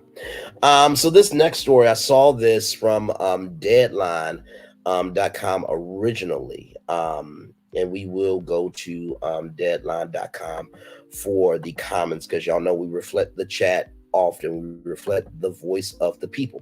So apparently this is a exclusive from Variety here. Drugs, abuse, imprisonment, a secret Love is Blind legal battle spills out onto public view, an exclusive. In November of 2021, a Love is Blind casting agent reached out to Renee Pochi on Instagram to see if she would be interested in participating in the Netflix reality phenomenon that encourages romance between participants before they see one another face to face. After passing a grueling interview process, the Texas veterinarian, in the words of Chris Fletcher, began filming in April 2022, joined the season 5 cast of 15 men and 15 women in Los Angeles. On her first night, production staff seized Pochi's phone, passport, driver's license, she claims, and legal filings, and kept her locked in her hotel room, unable to leave without a cast wrangler accompanying her. So I want to give context to this, okay? So, for example, you guys know Big Brother, The Amazing Race, Survivor. When you are on reality TV, they do take even The Bachelor, for example, Bachelorette, they do take your phone away because they don't want you to communicate with anybody. Because if you have a phone on Love is Blind, girl, do you know who I'm talking to? Listen to this voice. Girl, he sounded like he got a nice voice. They don't want the show to leak out. So just to give that, and also too, what the cast wrangler is there for is that they are in a hotel. So there is a period of time that, before they transition to the pods, they keep everybody in a hotel because they do not want the cast to see each other until that part where they are in the Dominican Republic on that retreat. So just wanted to say that there. Just for a little context, Pochi winded up in a so-called show romance with Carter Wall, who landed a spot on the series despite being allegedly broke, jobless, unhoused, violent, and addicted to methamphetamines and alcohol. Oh my God. A stunning feat given the thorough vetting done by Delirium TV, the show's production company. By the way, Kinetic Entertainment is also a part of this as well. I don't know if that's Delirium TV, but there's a company called Kinetic Entertainment that is a production company that's a part of this. Pochi says that she was forced to spend long stretches of time with Wall, who she describes as abusive on and off camera. Man, once filming wrapped, Pochi ended her relationship with Wall and made a few public remarks about her Love is Blind nightmare. As a result, Delirium initiated private arbitration against Pochi for reportedly violating her non-disclosure agreement. Behind the scenes, the company is seeking $4 million from a woman who earned a total of $8,000 dollars from her appearances on the reality series. So for those of you who may not know, right? For those of you who may not know, there is a thing as non-disclosure agreements. Now, for some shows, if you do break out your contract, that you can be fined $50,000. Some shows do, some shows don't. As you guys know, Bravo, I think they're still in a lawsuit, if I'm not mistaken, for, Reality Gate with Bethany Frankel and all of them, right? So NBC Universal said that you guys can talk about your NDAs, but yes, if you do break your contract, there is consequences. I feel like for the Bachelor contestants, they can't even speak about their story for up to a year after their contract is done. You know what I mean? So when oh my God, when Rachel Lindsay, the first Black Bachelorette said, and I am done with The Bachelor, she said that because when she is done, she can speak about it freely as she wants to. And she also is a correspondent on Extra with Billy Bush. That airs on Fox stations, by the way. My experience on Love is Blind was traumatic. Pochi tells Variety, I felt like a prisoner. I had no support where I let Delirium know that I didn't feel safe. I tried with these emotions over time. Eventually, I felt like I need to share what happened. I felt it was only right to let others know the truth of what all the castmates had to endure. Now, Poche is fine back with the help of Hollywood power lawyers Brian Friedman and Mark Garagos. So Brian Freeman helped Gabrielle Union, helped Megyn Kelly as well. It has filed an explosive suit against Netflix and Delirium that details her ordeal, both with production and ensuing arbitration battle with the show's producers. The lawsuit filed in Los Angeles Supreme Court is seeking to nullify Pochi's contract and is claiming intentional infliction of emotional distress along with violations of various California label and civic codes. Netflix and Delirium did not respond immediately to requests for comment. These so-called reality TV contracts are in reality illegal, says Freeman. They are designed for a legal purpose as a void as a matter of law. We have hundreds of clients who are ready to assert their claims. Hundreds of clients. The Pochi suit is a part of a much broader war being waged by Freeman and Garagos in the reality industry, which has long been criticized for being exploitive. In July, Bethany Frankel enlisted the pair to fight for basic workplace protections enjoyed by those who worked on scripted fare. 1 month later, Freeman and Garagos fired the Open Salavo by sending a litigation hold notice to NBC Universal that accused NBC of a pattern and practice of grotesque and depraved mistreatment of reality stars and crew members who account its coffers swell, and said a day of reckoning was afoot. Freeman and Garagos are now representing several hundred reality stars and crew members who have been subjected to everything from false imprisonment to sexual violence. If you guys want more on that lawsuit, just go to the live tab. You guys scroll down, but you'll see Andy Cohen Variety Fair, and click that video, and I break the whole lawsuit down, the whole entire lawsuit. Let's see here. Yes, and crew members who have been subjected to everything from false imprisonment to sexual violence. At first, I thought these reality contracts were some sort of prank, says Garagos, knowing that when he began to see the full scope after working with Frankel, what Renee suffered and Bethany exposed is not just rampant, but a part of a dirty industry secret. We expect that thousands of claimants to come forward when they realize that these so-called contracts are not just illusionary, but also illegal. Pochi's contract is unique and could have far-reaching implications, given that she is the first person to challenge the legality of the blinding provisions that are ubiquitous in the reality space, and thus nullify her contract. In fact, most can't afford to mount such a fight, but Delirium took the bow to Pochi when initiated arbitration, exposing her to extreme hardship. Trang Dang, another season 5 participant, is suing Delirium and Connect Content. I thought it was Connect Entertainment, but Connect Content, but not Netflix, for sexual assault, false imprisonment, and negligence. Unlike Pochi's complaint, however, Dang is not looking to break her contract, marking a key distinction. Studios had probably wondered when someone would challenge these provisions. NBC had already publicly backed away from enforcing confidentiality clauses following the August litigation hold letter written by Freeman Garagos, insisting that they were not intended to prevent disclosure by the cast and crew of unlawful acts in the workplace, and that they have not been enforced in that manner. In Pochi's case, Delirium was attempting to enforce an agreement according to her complaint. If Pochi is successful and her contract is unenforceable, it will create chaos in the multi-billion-dollar industry, with the studios vulnerable to an endless stream of claims.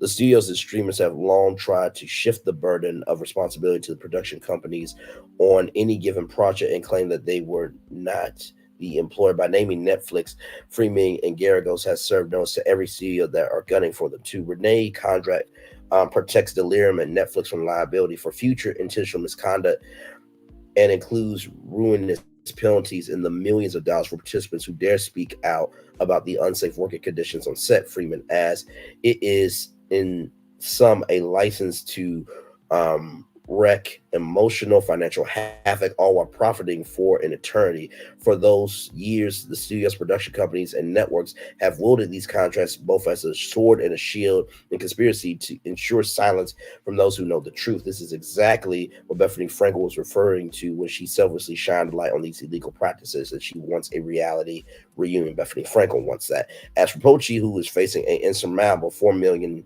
penalty for breach of contract, she was willing to roll the dice. She adds, I believe Delirium is trying to silence the abuse that occurs behind the cameras and for ruining me for telling the truth. Well, listen, I really do believe that, and by the way, y'all, this is not the first time that this has happened. There was an article from Business Insider that I read inside the Onyx Collab, and I will be reading this article again inside the Onyx Collab tonight at 10 p.m. On Clubhouse. So prayers up to Pochi, and I hope that the lawsuit goes through, because it's about time that Love is Blind gets held to the carpet. So with that being said, we'll be on the highways and byways of the possibilities of what could be of this particular virtual tour live for 1 hour, 34 minutes, and 18 seconds. So let me paste the link here if you guys would like to come on up. Let's see here. Oh, there we go. I'm just checking in. Just checking in there on Chef Don Don's thing. My bad.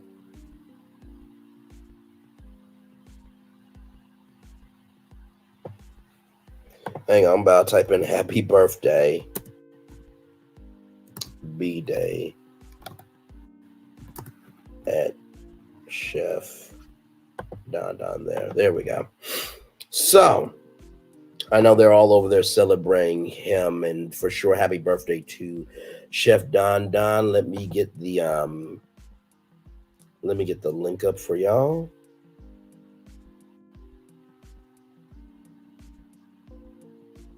Hang on, I'm getting back to my YouTube screen. So I got my StreamYard tab, and then I got my YouTube tab where I'm seeing the live chat here. There we go. Let me get the link up for y'all if you guys want to come up. Y'all, this show was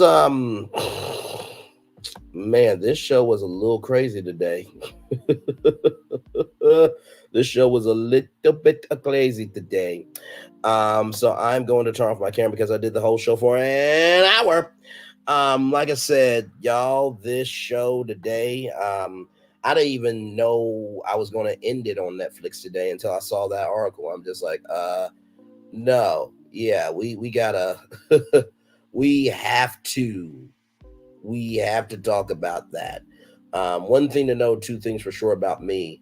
I know why I'm doing this sector is one of one, and there is nobody that covers, news quite like me. So y'all give me one moment here.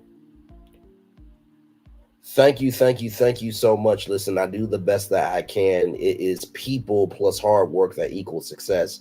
Thank you so much. There we go. So yes, indeed. Glad to have all y'all here in the building.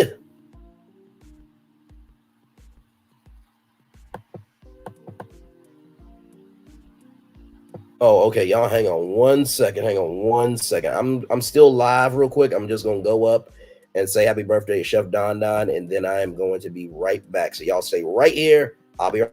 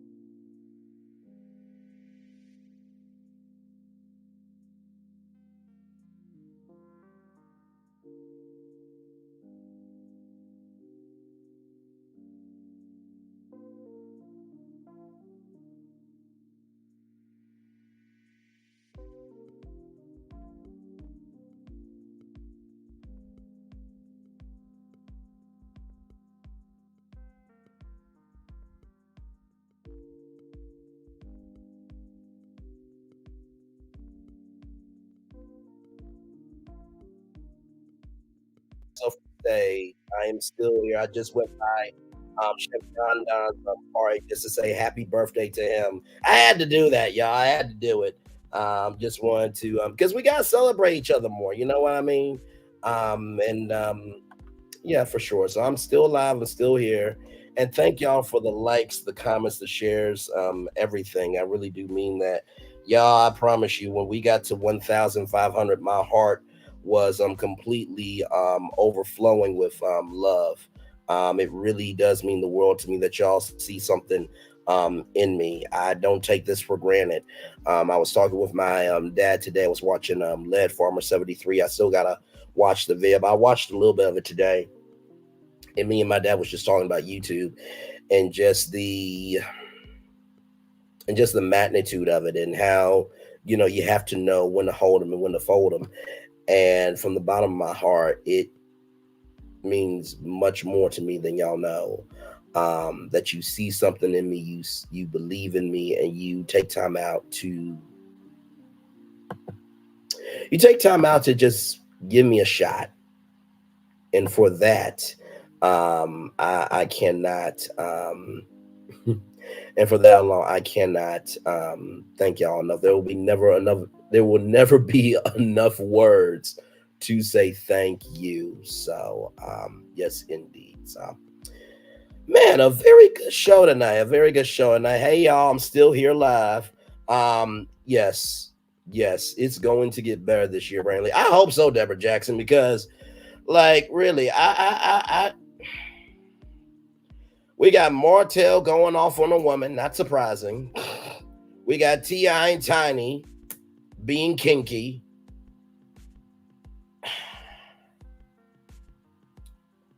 I just couldn't believe that story. We got a whole car crash on the first day of the damn new year and a whole black woman in the hospital.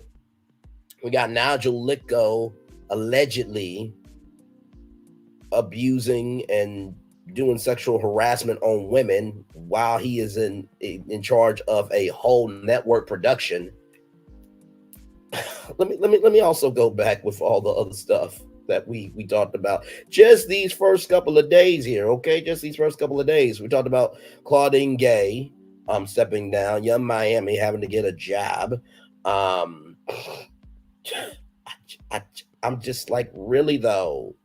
Really? All the topics that we talked about, you know, on the first 24 of 24.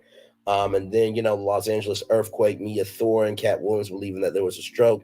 Cardi B saying that she doesn't want fans in her business, but yet she told everybody that she got D down on New Year's Eve from her baby father.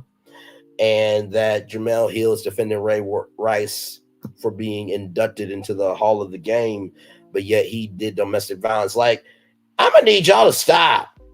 It's the third damn day of the new year, y'all. Really? Jesus Christ. I can't do it. Lord help. Lord help, Lord help, Lord help. Like I said, the link is, like someone turned on my camera now because I did the whole show for an hour. But the link is pinned at the top if you guys want to come up and give your take on any of these hot topics. You know what I mean? So I definitely wanted I definitely want to talk about all these topics today because my Lord. Oh, wait a minute, y'all. Y'all stay right here. I'm still right here with y'all. Apparently, Shop Reality TV has dropped some tea. Allegedly. Doggone it. Let me see if I can message Shop Reality TV real quick. I don't know if she's gonna message me back because we did talk on Instagram, but let me see if I can message her. Let's see here. Let me see here. Shop Reality. Okay, let me see here. Hey, there is a video you just dropped. Do I have permission to play it? I just asked. If not, this is what I'll do. I'm going to listen to it, and then I'm going to come back and give y'all the tea because this video that just dropped, I want to talk about it. So y'all give me one damn moment. Y'all give me a moment. I'm still right here with y'all.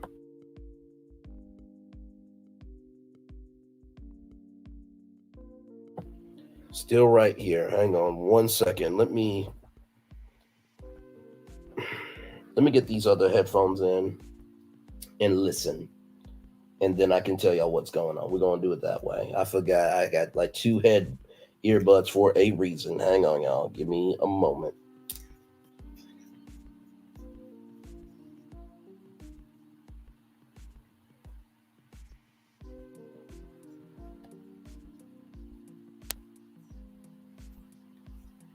So I'm listening to Shop Reality TV right now, y'all. She just dropped a video 39 minutes ago. So y'all give me a moment.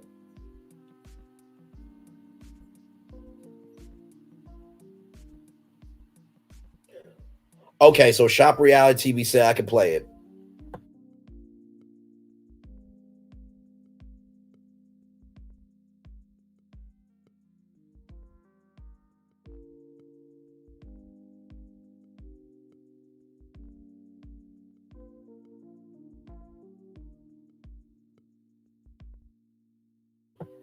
Hang on, y'all. I'm still new to doing this, but I'm trying my best to be better and better. So thank you so much for being gracious, and love you very much. So thank you so much.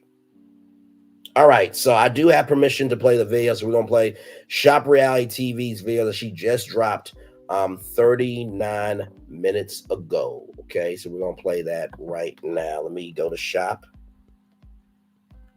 Reality TV. Now, y'all, everything is alleged. Okay, so I just want that to be known. Okay, so just let that be known. Let that be known. Okay. All right, let me get shared up here. Let me get the StreamYard. Okay. I'm gonna come on camera for this one. All right, let me get my other headphone back in here. And by the way, thank you, Shop Reality TV, for being loving, kind, and gracious and awesome. I really do appreciate you. All right, y'all, here we go with Shop Reality TV. Proof Martell was not fired during the reunion. Let's talk about it. Welcome back to Shop Reality TV. Proof Martell was not fired during reunion.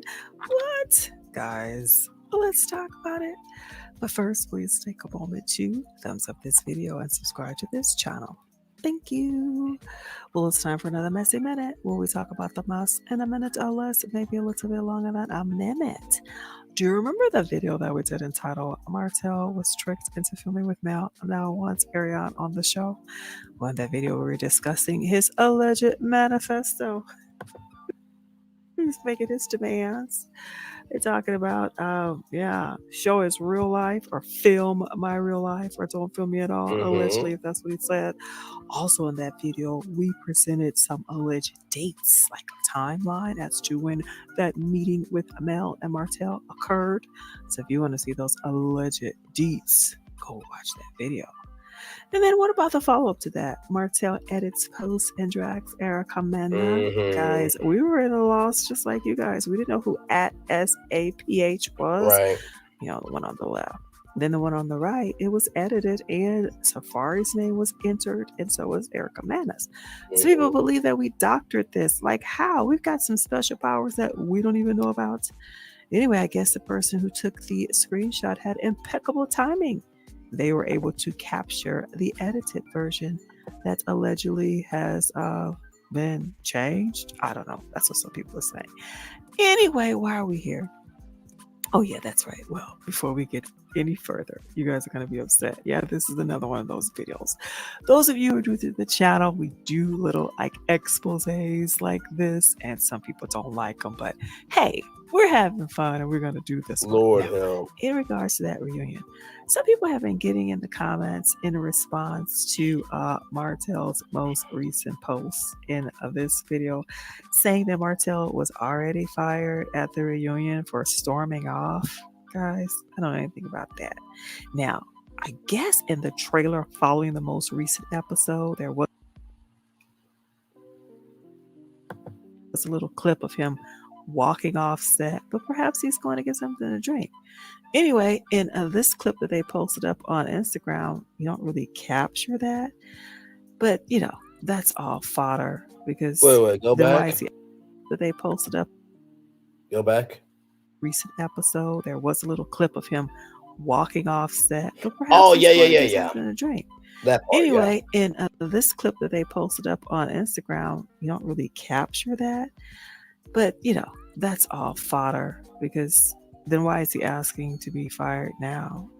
I don't know. But anyway, back to the reunion. Now, the reunion was filmed on or about October the 5th and may have been filmed in the early morning of October the 6th after midnight. Now, guys, if you don't remember about the reunion, take a look at this clip that Carlos had posted up after the reunion filming had wrapped. Let's watch. That's a wrap on Love and Marriage Husband Reunion. I am exhausted. Baby, these snores are about to be severe up in here. What a wonderful reunion. Tons of surprises. I'm going to say this. This is my third time hosting Love and Marriage Huntsville Reunion, and this one was my favorite. Now, guys, his beard looks good. Looks really, really good. Anyway, back Lord to this. help. People were claiming that he got fired at the reunion. I have not heard anything about that, but that's what some people have put in the comments.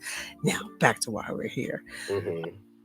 Now, as we mentioned, the reunion was filmed on or about the 5th, maybe into the early morning of the 6th. Now, remember the Miguel Wilson Polo fashion polo weekend classic, something like that. That took place on October the 8th. So again, let's refresh your memory. The reunion allegedly on October 5th, and the Polo Classic October the 8th. Now, do you remember the video that we did entitled Martell Hope First Look? Where we had showed photos, or a first look photo of him at the Polo Classic. And then what about the subsequent video that we did entitled Shocking Report, Martell fools fans with generic brand suit? Guys, that video we were talking about this suit, allegedly this was the suit where the alleged prototype for the suit he was wearing, allegedly. And then what about the follow-up video to that we did entitled Martell plans a pre-order sale? Guys, if you have not seen those videos, go watch them. Now, back to the Polo Classic, October 8th, right? And as we mentioned before, the reunion allegedly took place on October 5th and into the early morning of October 6th, allegedly. Somewhere roundabout. Now, back to the Polo Classic. Now, you guys remember the photos that Martell took? Take a look at that beard. Take a look at the watch. Take a look at the suit. Do those things look familiar? Now, have you guys been watching Martell's confessionals? Did you notice the most recent one that we saw on the most recent episode of Love and Marriage Huntsville? Okay. Did you guys notice what he was wearing? The suit, guys. The shirt. Wow. The tie, okay. the Good handkerchief, detective work. the boot Shop heel. Reality TV. Good detective work. Guys, take a closer look. Oh, The watch. love you, Tanya B. The Love you. bracelet.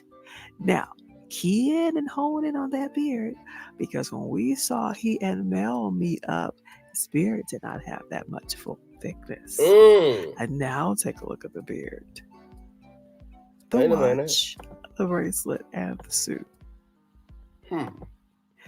Guys, it appears as though he filmed this confessional the same day as the Polo Classic, allegedly, which would have taken place after the reunion.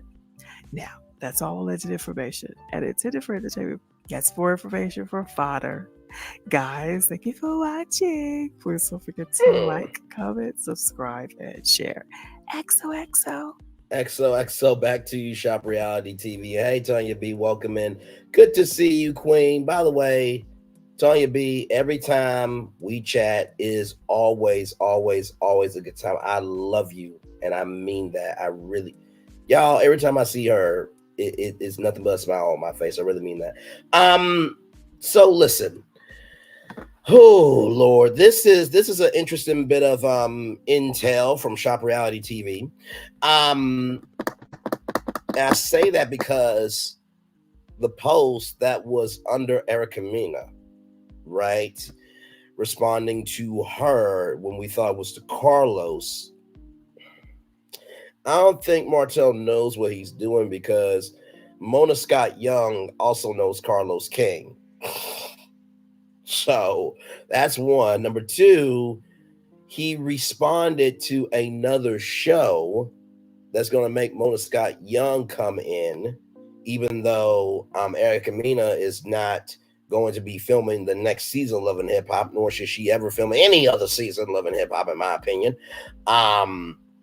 Still, there's a tie there. And so with him saying I might get a call for it to be fired, and then this, here's the thing, right? The reunion date was on October 5th, and the Polo Classic was on the 8th. Just because you film the reunion does not mean that you can't get fired after the reunion. Think about it, right? So after he went to the Polo Classic, they probably did not fire him at first, or if at all, because let's see here. I thought he was in the Polo Classic when Ariane was home on the plane with him when she was beefing with Carson after the plot was exposed. Exactly right, Tony B. Exactly right. So that and we saw those pictures because remember there was a picture where we thought was Ariane, but Tea Talk with Your Girl did her thing and found out it wasn't Ariane. So with that being said, right, my logic is this.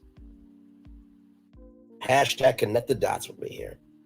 The reunion was on the 5th of October, and the Polo Classic was on the 8th. So, of course, there was a way for him to do that because he could have filmed his scene. And most of the time with confessionals, they'll either shoot right after something happens or they'll wait to the end of the season and then have confessional day and then they do what they do, right? So, but I could see how Martell maybe was not fired after the reunion immediately because it was taped, but that doesn't mean that he didn't have a contractual obligation to come to the reunion. So I think after the 3-part reunion airs and after we talk about on social media, that's when they're going to determine if he's going to be fired or not. Personally, I could be completely wrong on this. But I think that's what's going to happen. Because just because he was at the reunion doesn't mean that he won't be fired later on. I mean, that has happened often. For example, remember when Nene Leakes, shut down her laptop and that was her last season? That was her last season. So I wouldn't necessarily say that he didn't get fired immediately after the reunion, but there's a possibility that he could still be fired. Does that make sense? Because that's kind of the logic that I'm thinking of right now. That's kind of the logic I'm rolling with right now. Let me see here.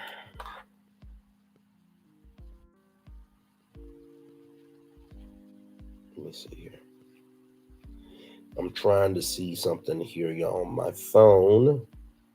Let me see. But that was a very good video, though. I'm Shop Reality TV. And like I said, thank you again for allowing me to do what I do with that to review it here on the channel. So thank you so much for that there. Nope. Okay. Oh, man. Man, oh, man, oh, man, oh, man. So with that being said, let's see if there's any more hot topics here with TMZ because, oh, Lord, they are hot topic central.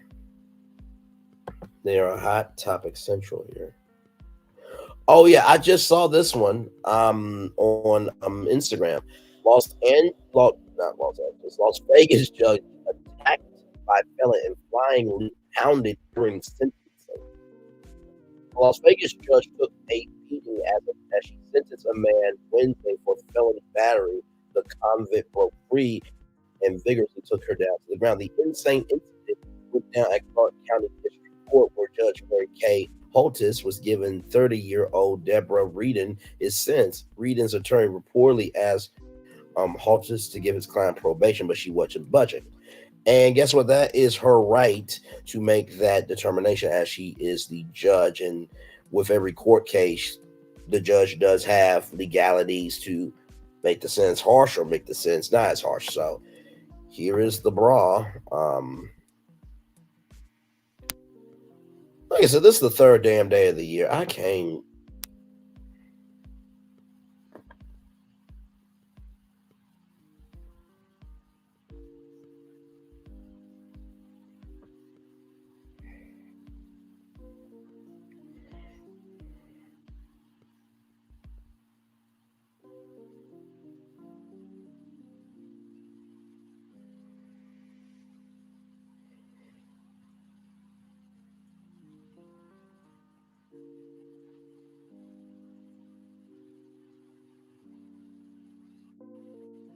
Yep. Oh my God. Oh my God.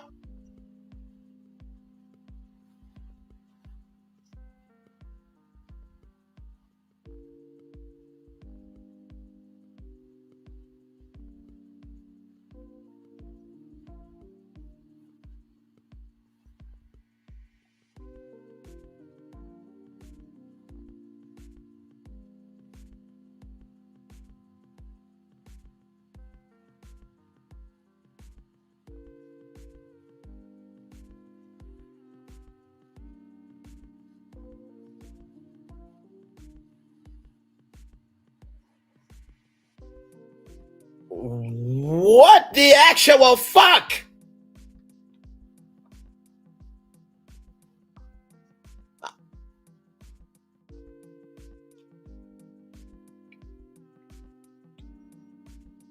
It's game over for him at that point. There ain't no coming back from that.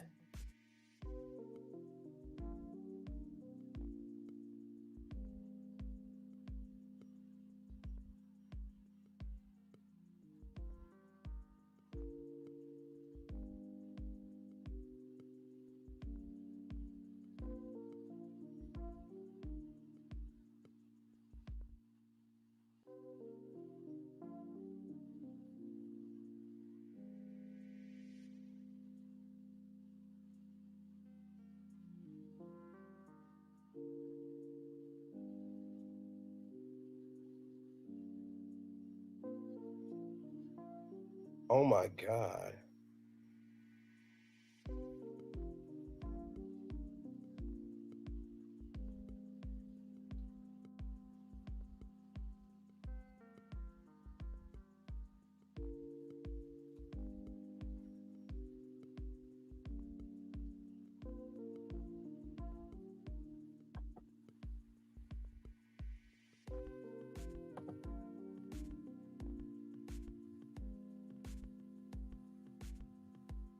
I'm sorry, y'all didn't see the video.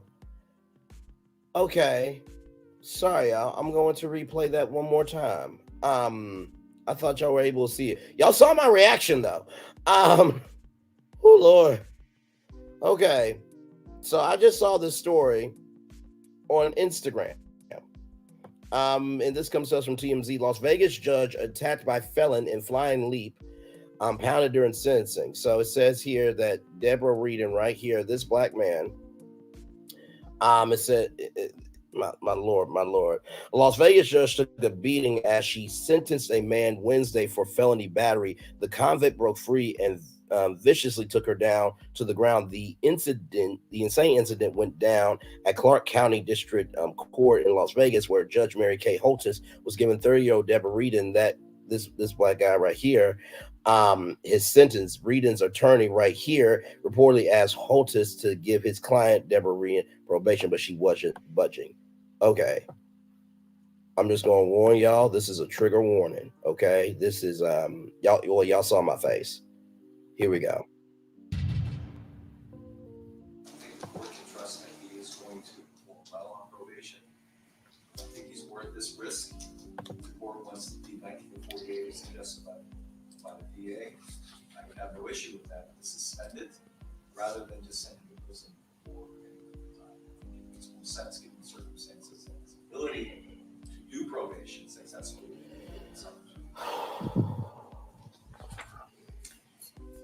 I appreciate that, but I think it's time that he gets a taste of something else, because I just can't with that history. In accordance with the laws of the state of Nevada, this court.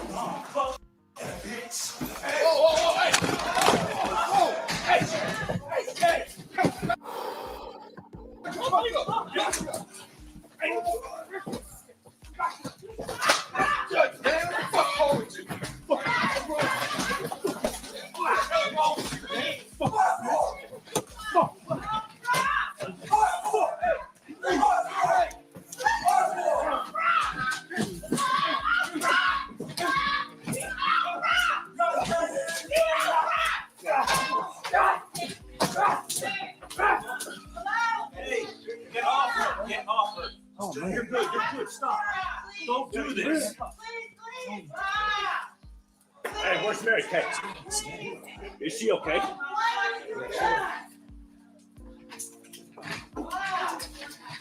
Hey. Hey, can you fucking radio somebody? Give me all the arm.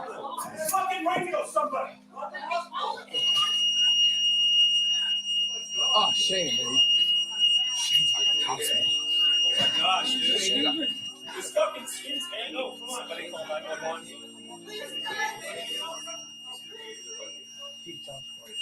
Hey, where's Mary? Yeah, She's right here. She's right here. he is done for. He is done for. He is done. Stay down. Get on the ground.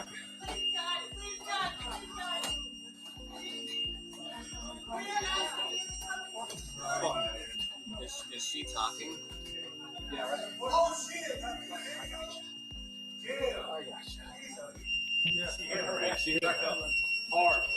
Yeah, that's a life sentence right there.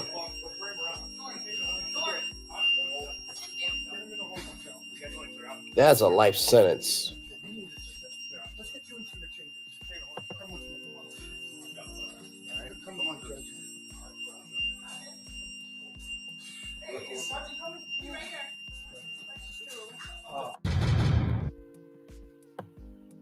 Let's keep reading the story, y'all. Multiple people, including the bailiff, quickly stepped in to subdue Reedon as screaming and fighting continued, even landing some punches on Reedon before the madness came to an end. Sources told 8 News Now. We'll go to 8 News Now for more context here. That Judge Holtis hit her head but was all right after the scary ordeal. Reedon has reportedly had a number of run-ins with the law and has even been before Judge Holtis in the past. This is Judge Mary Holtis. He was previously in front of her to face destruction of property damages, and he also served a year in prison on a separate domestic battery charge. It is clearly evident of why he got a separate domestic battery charge. He also pled guilty in November to threatening to bust a man's kneecaps in April and causing substantial bodily harm, but Judge Holtis issued a bench warrant for his arrest in December after he missed a court appearance. I think that was his mom or some auntie or somebody saying, "What is wrong with you? Why would you do that?" So we're going to look at this now from, oh Lord, 8 News Now. It's only the 3rd day of the year. What is going on out here? Y'all, oh Lord, this is not for the weak at all.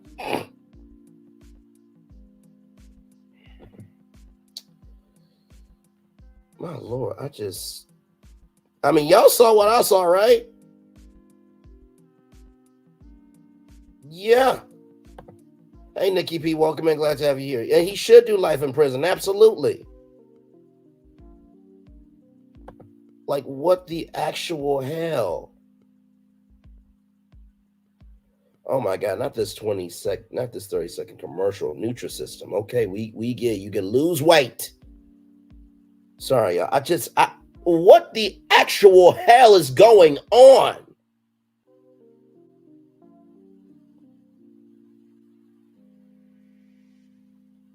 And y'all, on top of that, y'all see he's a 3-time felon.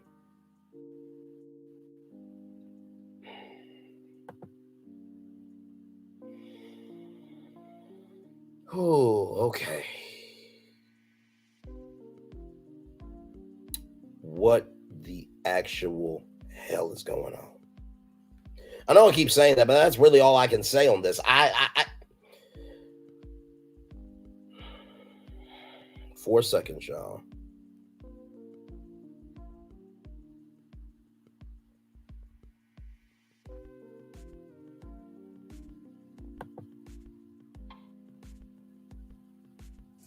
I appreciate that, but I think it's time that he gets a taste of something else. Because Okay, now see, I thought this was now you guys know. I just can't let that history. In accordance with the laws of the state of Nevada, this court.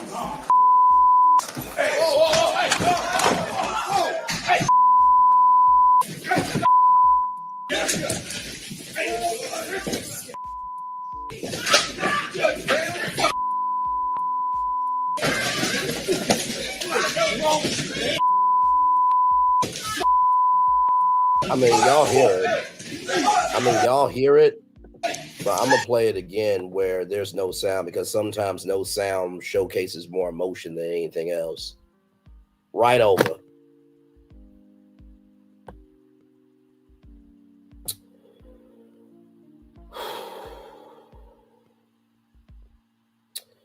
A man attacked a Las Vegas judge in her courtroom Wednesday, forcing her to take cover and injuring a marshal in the process. That's a federal charge of attacking or injuring a marshal. In the process, the video, the 8 News Now investigators obtained revealed Deborah Reedon, 30, a 3-time convicted felon, was in Clark County District Court Judge Mary K. Hoff's courtroom for sentencing on an attempted battery with substantially bodily harm. And anyway, bodily harm record said around 11 a.m. Haltis was sitting behind the bench when Reedon ran up to her and jumped over the bench and attacked her. The video shared with 8 News Now investigators show several other people fought with Reedon before throwing him to the ground. Alarm also sounded for several minutes, alerting others to the incident. 8 News Now's investigator first published the video on 8 News Now before the attack. Reedon's attorney asked Haltis to sentence his client to probation. Haltis then said, I think it's time for him to get a taste of something else. In May, a different judge ordered Reed to undergo competency determination. Record said Reedon was committed to a state behavioral facility, basically a mental institution. We don't need to dress this shit up anything like a cake. We know what it is. It's dry and bitter like chocolate, but then again, people eat Hershey, so let me not even. There's no way to compare this. And the judge found Reed incompetent in November. Reed pleaded guilty in November. A judge then found Reed incompetent in October, and then Reed pleaded guilty in November. Judge Holter issued a bench warrant for his arrest in December. After he missed a court appearance, Reed was booked into the Clark County Jail on new charges of battery on protected person. One count of the battery on protected person charge indicated the victim was substantially harmed. He was due in court on the new charges 9 a.m. Thursday. Lawyers elected Haas to the bench in 2018. She previously worked for the Clark County District Attorney's Office. She often hears domestic violence and sexual assault cases. Holton hit her in the head, but was okay. Sources said a marshal was injured. Reedon was previously in front of Holders on malicious charges, malicious destruction of property. Oh my God. Records show that he would serve prison time on domestic battery charge for a year starting in 2021. In that case, a different judge sentenced Reedon to prison for a term of 12 to 30 months. A board granted Reedon parole in 2022. Thank God the judge is okay. Clark County District Attorney Stephen Wilson sent a statement. Thank God for the heroic efforts who came to her aid, especially her marshal and her law clerk. Without them, the situation would have been much worse, as the defendant exhibit extreme violent behavior, and I'm confident there will be consequences. Oh, well, no shit. As they should be. Life in jail. Duh. Move the hell on. Sending out some serious wishes to District Court Judge Mary K. Holtis and the marshal injured in her courtroom today. Democratic Nevada Attorney General Aaron Ford said, statement, your dedication to justice and the court are truly commendable. We both wish you a swift recovery. Reedon's attorney did not immediately respond to a request for comment. The 8 News Now investigators also asked the court for a document.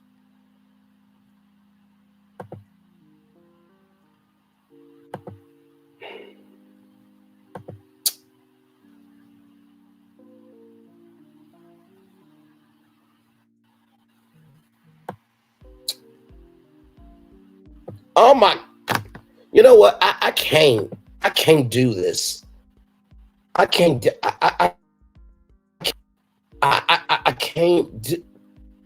People are losing their minds. That part, a lot going on.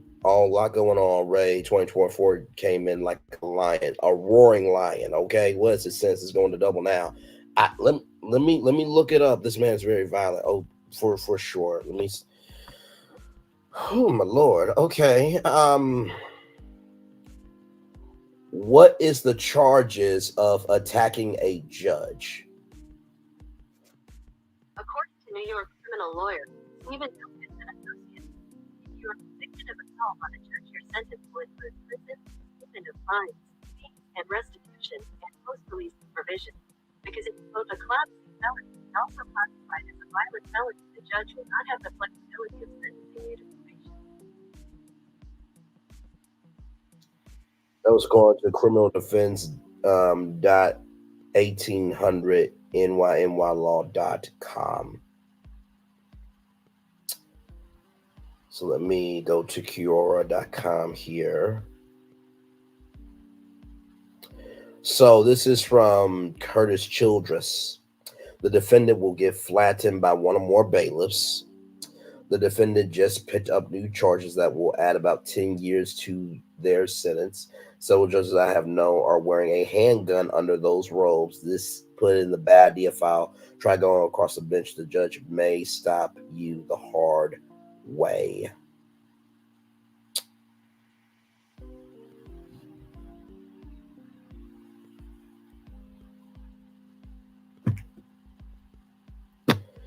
And then this damn story. We're live on tour, y'all. Oh Lord, this man, Tammy AI is gonna be very interesting with this one. Jeffrey Epstein told victim Clinton likes them young. This is all alleged, okay? Jeffrey Epstein told his sexual abuse victims Bill Clinton likes his girls young, according to newly unsealed court documents. The bombshell claim is from a deposition given by Joan Storzenberg.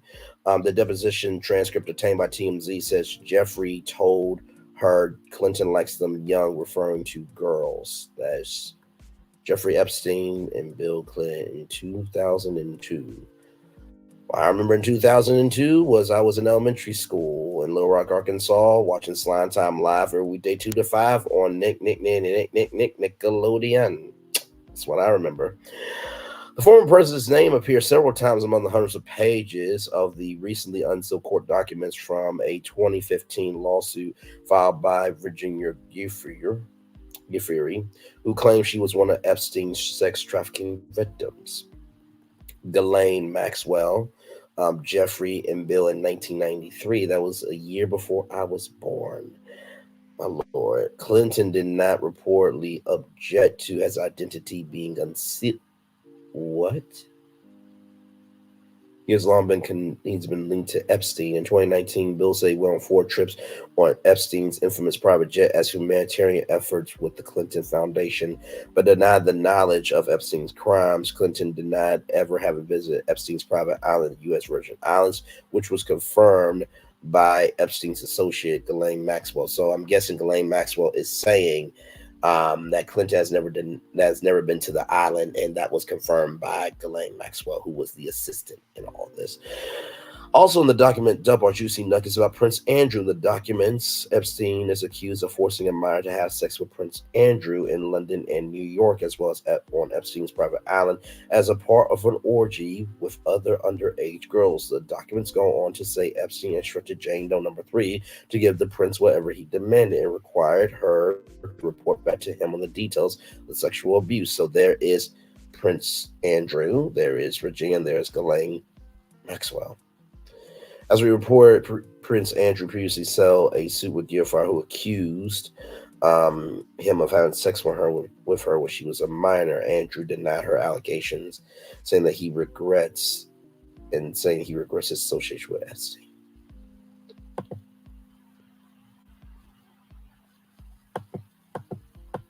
What? I mean, I know God said it'll be the final days.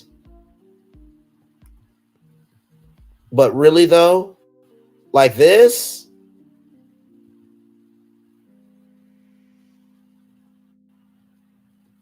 I don't know what to say.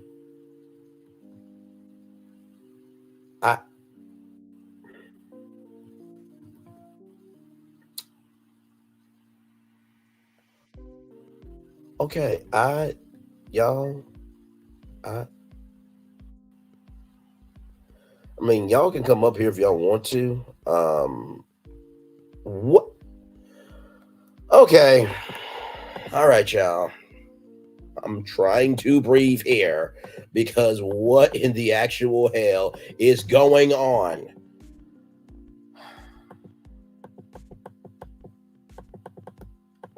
Let me cover that story Friday. Y'all give me a moment. I'm just trying to. Mom, Dad, sis, if y'all are seeing this video, I listen. I don't know what is going on. So remember I told you about Nigel Lythgoe, right? Well, now I'm just like,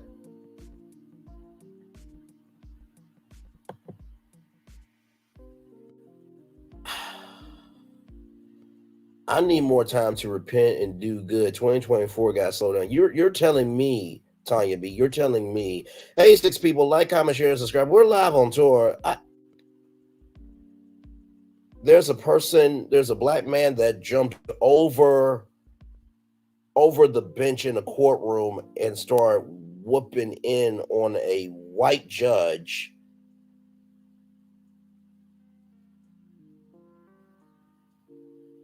And then apparently in recently released court documents, Jeffrey Epstein said that Clinton liked girls that were young. It's just the 3rd damn day of the year. Y'all, I remember saying earlier at 11 a.m. this morning, there ain't no bingo card for this year. This confirms that don't nobody get no damn bingo cards out. Don't get those damn markers to mark it. There ain't no B-I-N-G-O, B-I-N-G-O, B-I-N-G-O, and bingo was nobody's name out. Because this right here is some ish.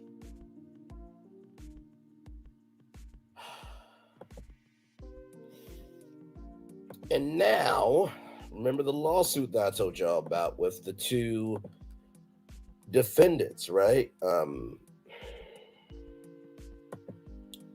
From All American Girl on ABC. Well, this is an exclusive from TMZ. Nigel Lythgoe, so you think he can dance sex assault claims, sparked a Sony investigation now. Nigel Lythgoe is in the crosshairs of an investigation by the studio that produces his long-time running show, So You Think It Can Dance, with his job hanging in the balance. I think So You Think It Can Dance is supposed to be back this summer. Oh, Lord. So You Think You Can Dance. So the new season is starting March 4th, 2024. Renewed. Okay. So right here, I'll show y'all this. So this show was renewed. I don't know if Fox knew about Nigel Lythgoe when all this was going down. So it says here for Variety. So You Think You Can Dance renewed for season 18 with new judges and documentary style format here. The show returned on March 4th, 2024 for all new documentary style format, along with judges Allison Holker and Maxim Sukowski. So for those of you who don't know, Maxim Sukowski is from legendary Dancing with the Star Allison Holker, who was formerly a contestant on the series and was married to the late Twitch, who passed away. I'm saying he passed away because I do not want to trigger his wife nor his kids or anybody that loves him, including Ellen. And yes, I know Ellen had a whole investigation about racial discrimination and mental and emotional abuse at her workplace. That being said, that is horrible, that is wrong, that is pure beyond disgusting. But Ellen, to me, seemed to really care about Twitch, so I don't even want to trigger her. Twitch passed away. If y'all really want the details, go look it up. I'm not about to re-traumatize people on the internet. Who was a contestant and a judge on the series Twitch was. The new pair would join Judge Nigel Lythgoe, and also who is also the show's creator and executive producer and television presenter, actor or actress Kat Deely, will return as host. Also join the judge for the audition run, So You Think It Can Dance. All-star Comfort Fiki, currently an associate choreographer for the Wicked film. Showrunners Daniel Mars as executive producer, along with Lythgoe, Barry Elderman, E.G. Holtman, Aaron Salmon, and Kat Deely as a producer. So let's go back to this Sony investigation. Lord help us, the third day of the year.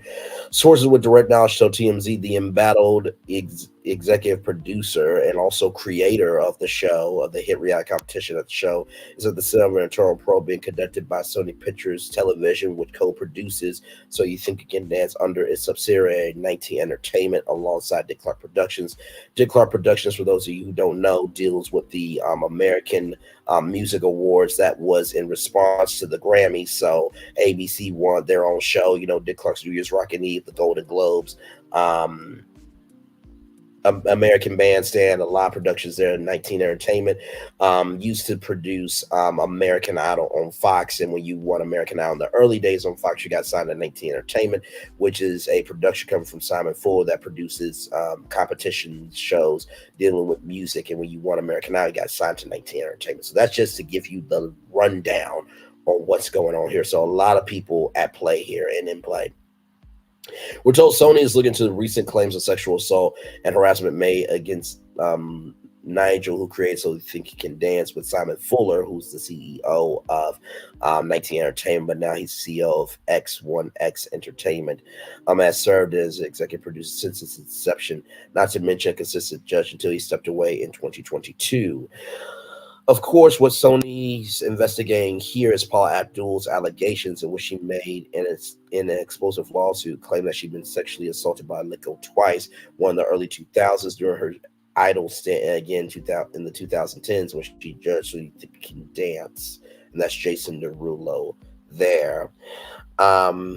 Remember, as it pertains to the latter allegation, which is what Sony's concerned about here, she alleged Lythgoe invited her to his pad to discuss work opportunities, only to then pounce on her and attempt to kiss her.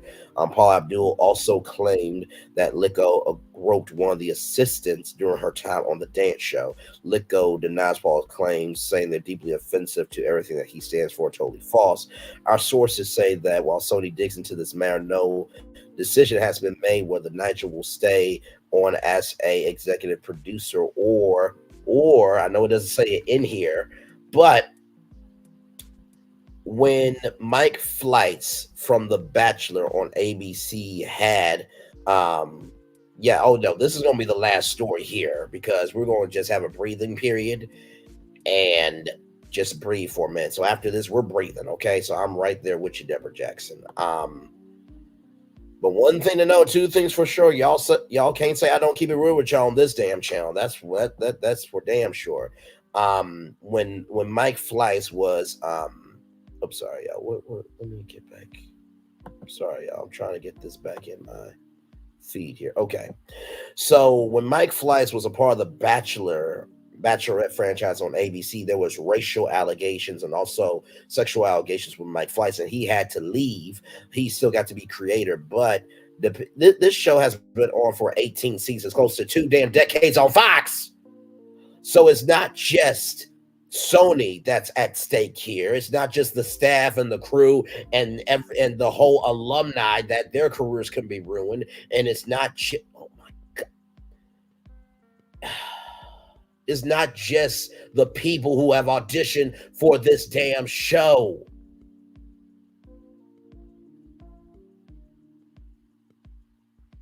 It is the fact that this could trigger lawsuits with Dancing with the Stars, with Survivor, with Big Brother, with The Amazing Race, with America's Got Talent. Like, I just can't deal with the fucking shit. So, let me bring it back. It also remains to be seen if he serves as a judge, despite the fact that he was announced to return to his chair last month for season 18, which will start airing in March. He was a judge during this past season. Probably worth knowing, Paula named 19 Entertainment as a defendant in her suit 2, alleging sexual assault and battery, sexual harassment, gender violence, and negligence, and also Fremantle Media that produces American Idol on ABC is also in the suit. Okay, I'm stopping sharing. We're breathing now. Hey, Revelation 2023, welcome in. Y'all, it is the third damn day of the year. And listen, I told y'all at 11 a.m. Nikki News, did I not tell them this? That the primetime edition is 6 p.m. news with soul, but this here, I don't know how I have a soul for this here. I'm just going to be real with you because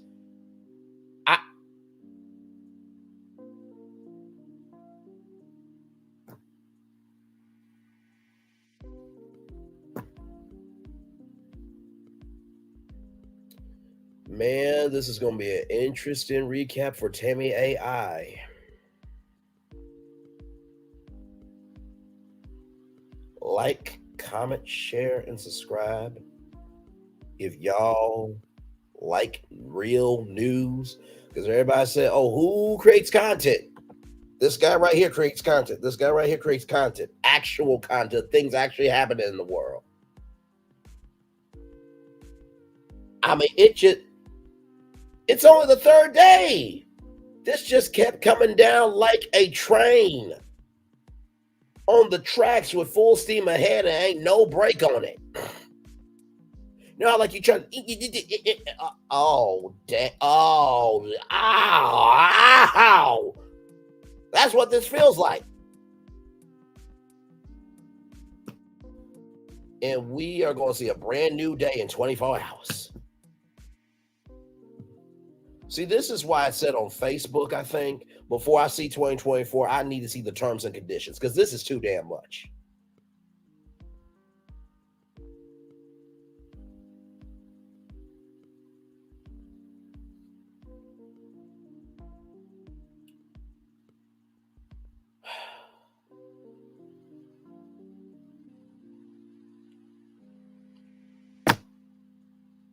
Yeah, I don't know what else.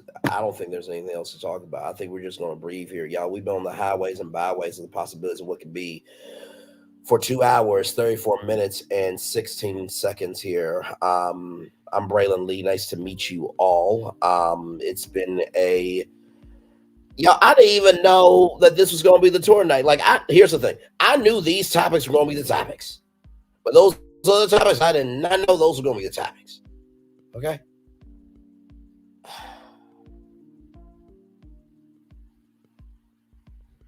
I mean, y'all let me know how y'all feeling. Am I overreacting to any of this?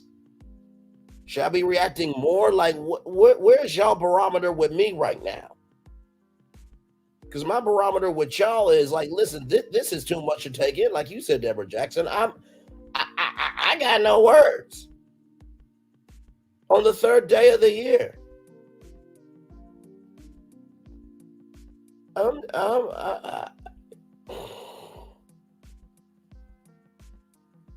There ain't no words.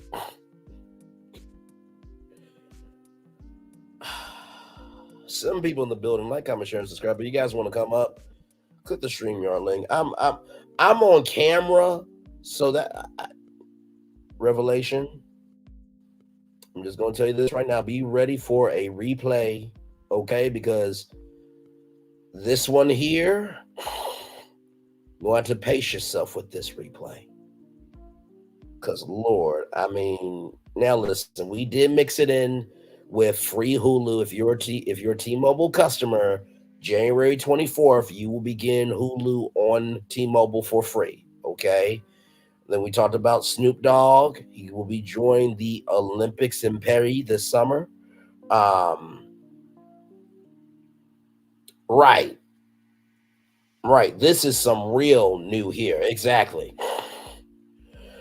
And then we talked about this black woman named Carrie Bernans who her pictures were just so horrific. I don't even want to show them again, but basically there was a car crash on the first day of the new year at 1:40 something in the morning. And this Mercedes-Benz went into this car. Right. This is real news. Y'all, look, y'all want to talk about Love and Marriage Huntsville and the reality in that reality TV? No, this right here is some real ish. Welcome to the damn show. You locked in? You glued in? Because let me tell you something. So we talked about Carrie Bernans. This car ran through New York City. Not ran through New York City, but ran down West 34th Street and another street, ran into a food truck. There was a white woman unconscious, and then apparently Carrie Bernans, who's a black woman, who's a stunt woman that was in Avengers Endgame, Black Panther, and the newest Color Purple that came out on Christmas Day, face bloodied up, teeth into her, broken bones, all of that. Then we got T.I. and Tiny, allegedly. Tiny gave a drink to some woman. Hell to the low. Now, to all of y'all that say Braylon this, and that, this video should tell you who Braylon Lee is. He covers anything and everything for the culture, of the culture, by the culture. The good, the bad, and just because y'all driving by it. In the words of Roland Moore, if you do good, I'll talk about you. If you do bad, I'll talk about you. So all the stuff y'all say about me, I need y'all cut that shit out, because I covered all this shit tonight. And everybody got it. And I was heated because honestly, like I keep saying this, it's the third damn day of the year. And not to mention there's a new variant of COVID out. And there's whooping cough and just this, that, and the third.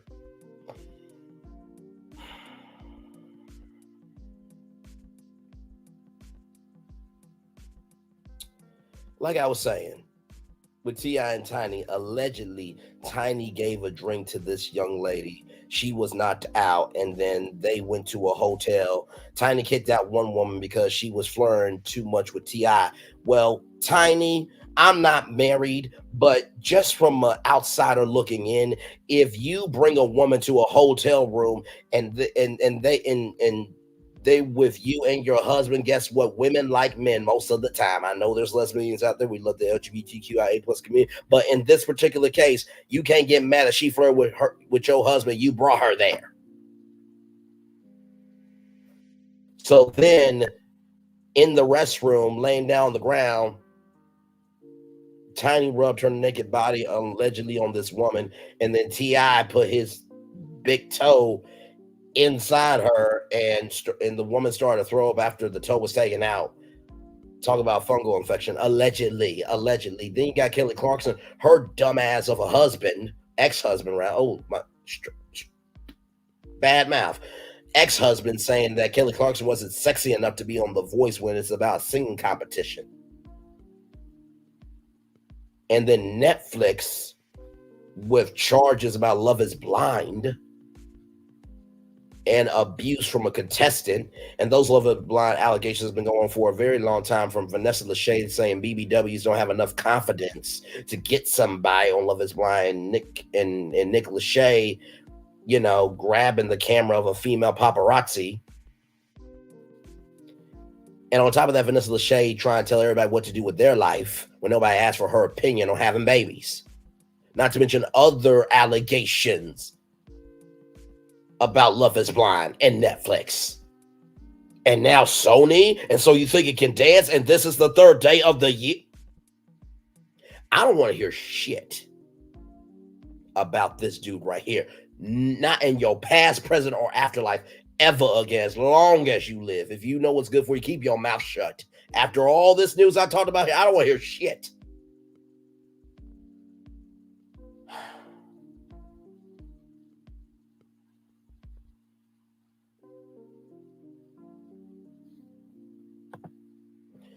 That's the question we're trying to get an answer to.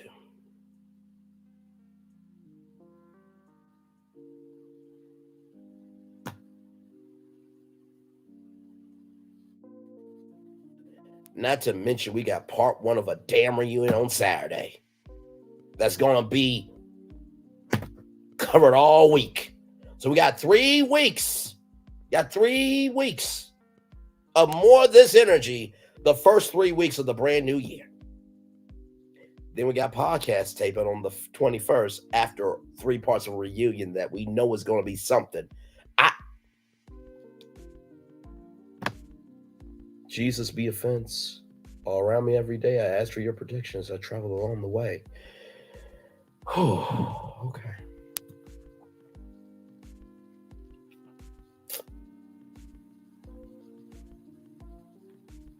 like I said,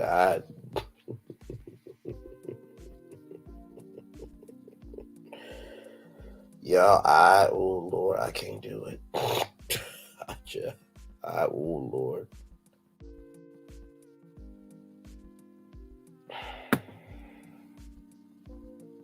Yeah, this tour done wore your man out. Mentally, emotionally. I'm not going to say psychologically because God is in control. Not going to say that. But this tour here, and we've been on tour how many times together, y'all? Has there ever been a tour this fast down the highway before? Not runway, but has there ever been a tour this fast down the highway before? As we've been on tour together, ever since I've been going on tour.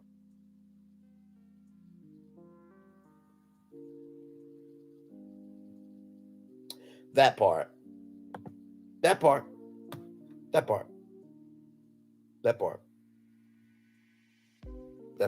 Slow walk us into 2020.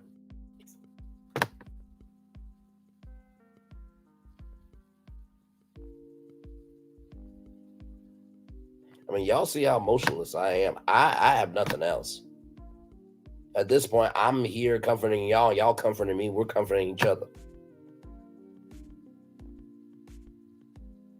I mean, really, has it ever been this? Has any tour that we've been on together ever been this charged down the highway? I'm waiting for an answer to that because I don't think that's ever been this charged of a tour. Ever. And we covered Diddy. And the next day when it was sold, I was the first person to cover it. Even that was crazy. The Keke Palmer thing was crazy. The Bishop T.D. Jakes story. It's never been this rampant on a tour that I've been on with y'all.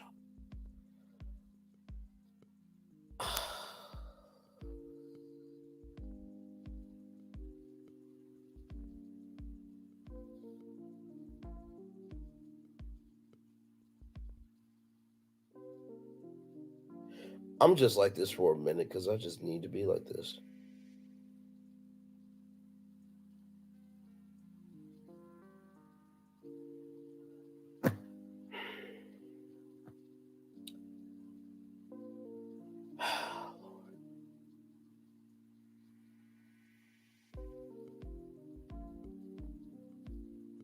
Like, comment, share, and subscribe, y'all. We're here just chilling.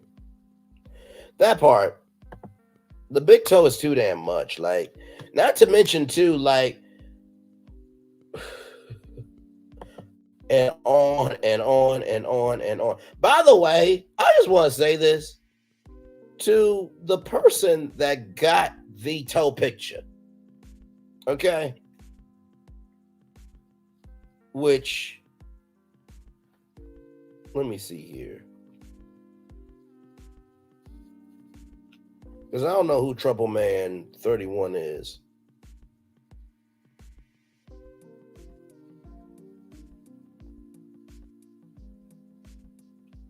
Let me look up who Trouble Man is. Because I Trouble man.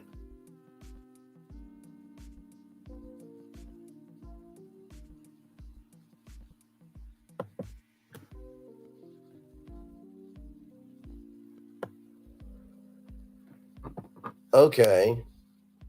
So I guess Trouble Man's not on Instagram anymore because he's got 1,184 followers. I only say that because I'm not seeing a verification check mark for him.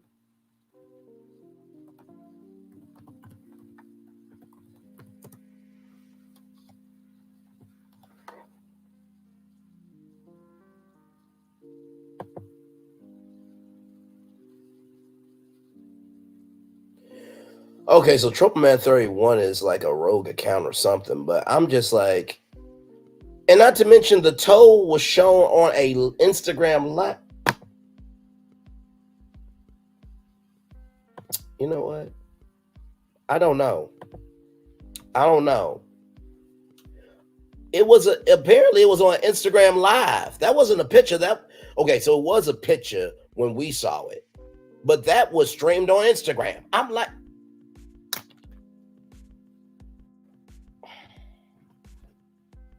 don't give me a moment. Just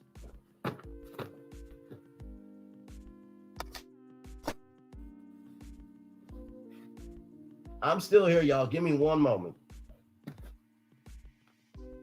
Because I can't do this. I can't do it. Where's Razy at? Because this will be a good. Hang on, I'm gonna get Razy because this is an opportune time. Y'all give me one moment. Let me get Razy because this is ridiculous. I mean, this is legitimately ridiculous. I can't do this.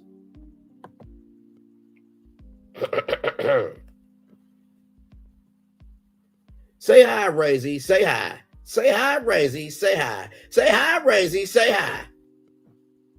I can't do this.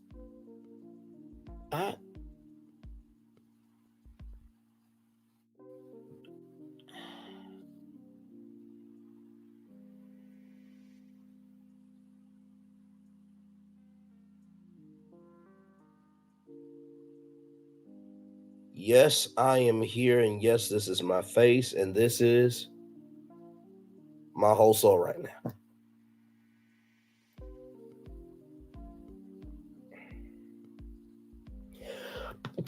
Sorry, y'all.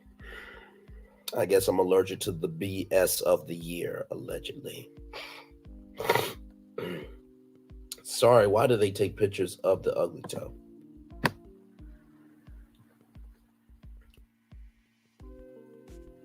Your guess is as good as mine. Because I don't know. I simply do not know.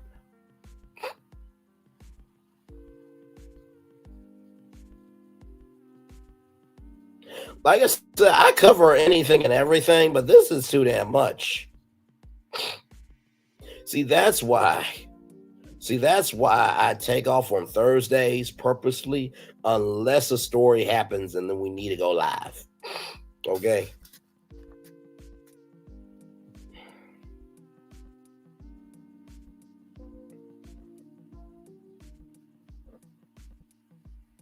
If y'all want to come up on StreamYard and say something funny or say something out the way to get us off of this, feel free to come on up. Participate in the live chat. We're live. We're live.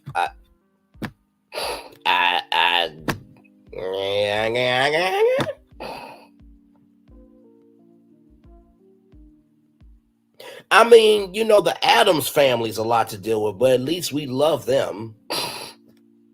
This right here.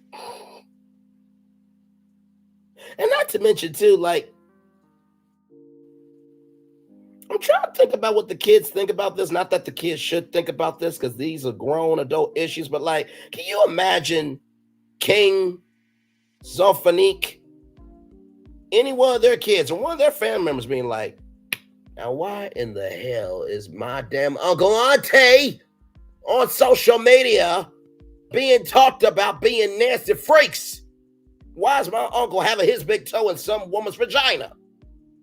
And why is my auntie being naked on top of a woman in the bathroom?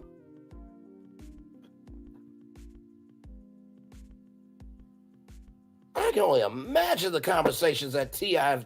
and Tiny's family hustle is having right now. I know Shakana, who used to be a hairstylist for them, is at her funeral parlor being like, Lord, this is a passing even I didn't see coming. Like,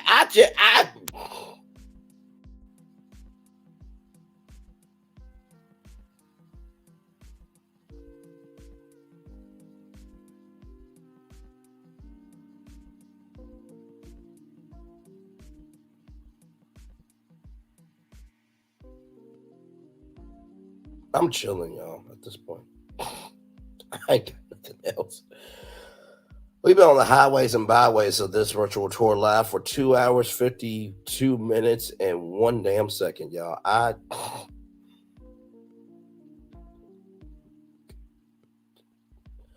y'all okay in the live chat? Are y'all okay? Are y'all all right? Like y'all talk with me. How are y'all? Like, are y'all breathing okay? Like, what is? Because I just okay.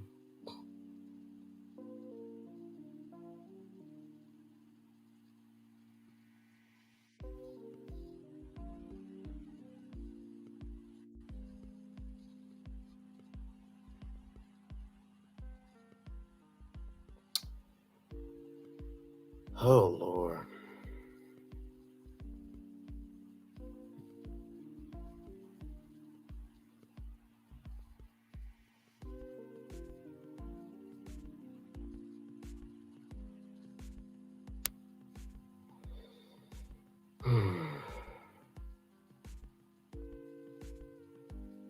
We're just chilling at this point, y'all. We really are. We're just comforting each other at this point. We are comforting each other at this point. I don't know what else. I know that's the broken record, but I truly don't know what else.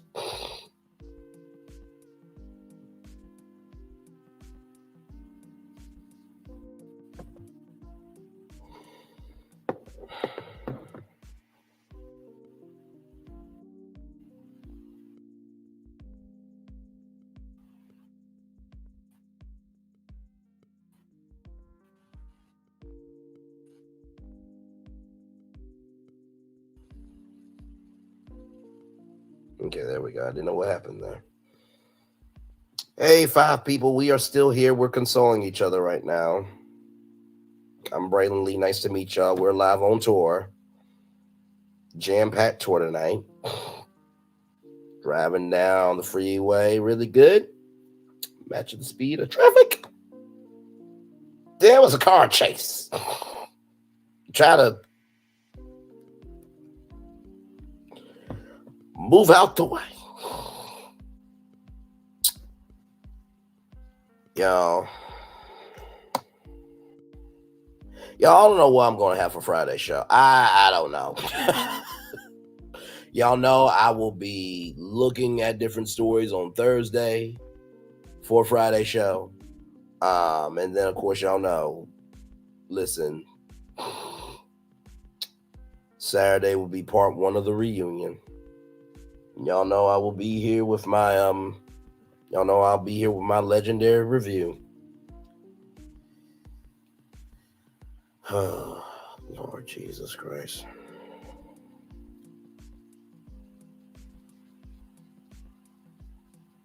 Oh, thank you, Cheryl Michael. I appreciate that. Thank you. Thank you. I appreciate that so much. One step at a time. Oh, Lord. All right. Yeah, it's a lot to take in. I think, honestly, that's why no one's really coming up, because it's like, right, I have no words. I'm just like you right now. I'm trying to console you.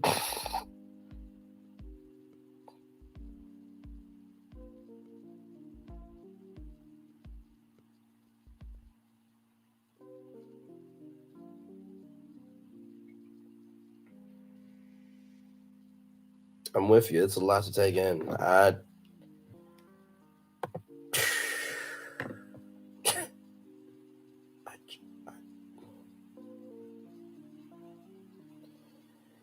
This is going to be an interesting replay for the people. That's all I can say. Really, that's really all I can say. It's going to be a very interesting replay.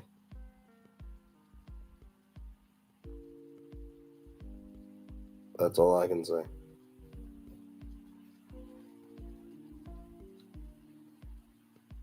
Oh, my Lord.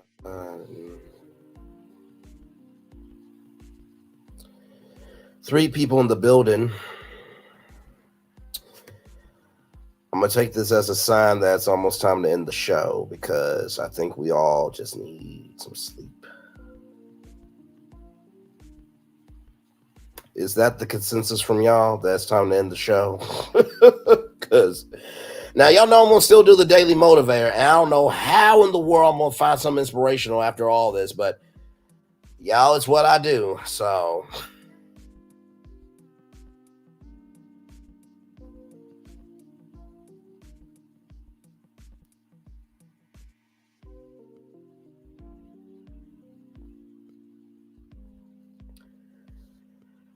Oh Lord.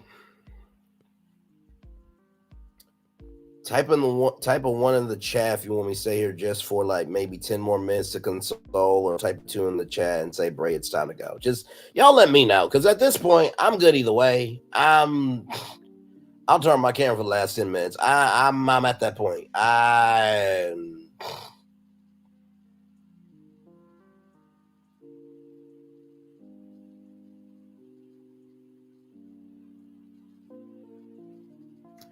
Because that's where I'm at.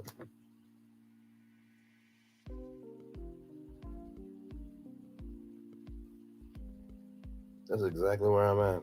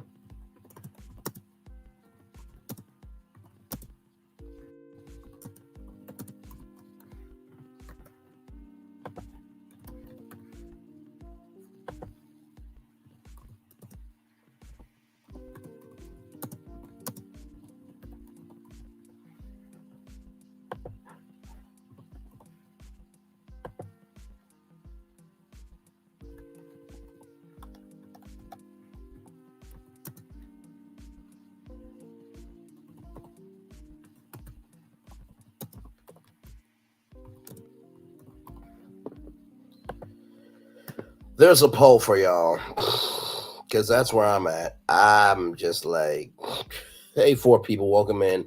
Like, comment, share, and subscribe. We are still on tour.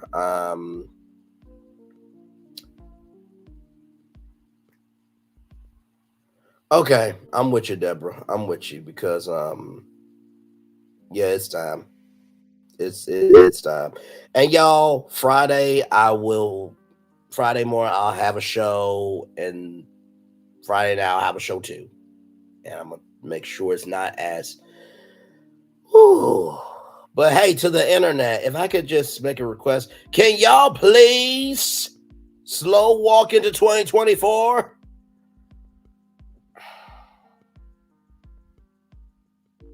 Let's get to the daily motivator. I'm going to try to end this on a good note. Okay, I'm going to try to end this on a very good note. Okay.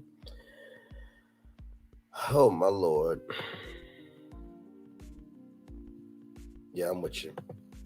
And Deborah Jackson, I hope you still love me. Okay, because I still love you, Debbie. Let me go through. Deborah Jackson, love you. Tonya B, love you. Nikki P, love you. Let me see. Tonya B, love you. Nikki News, love you. May, June, July, love you. Tyler and Tomorrow's G Mom, love you. Let's see here. Colton James, love you, brother. Appreciate you. The Gamble, thank you. Okay, I think that's everybody. Okay, so let me do this daily motor and get out here. I'm gonna try my very best. Okay.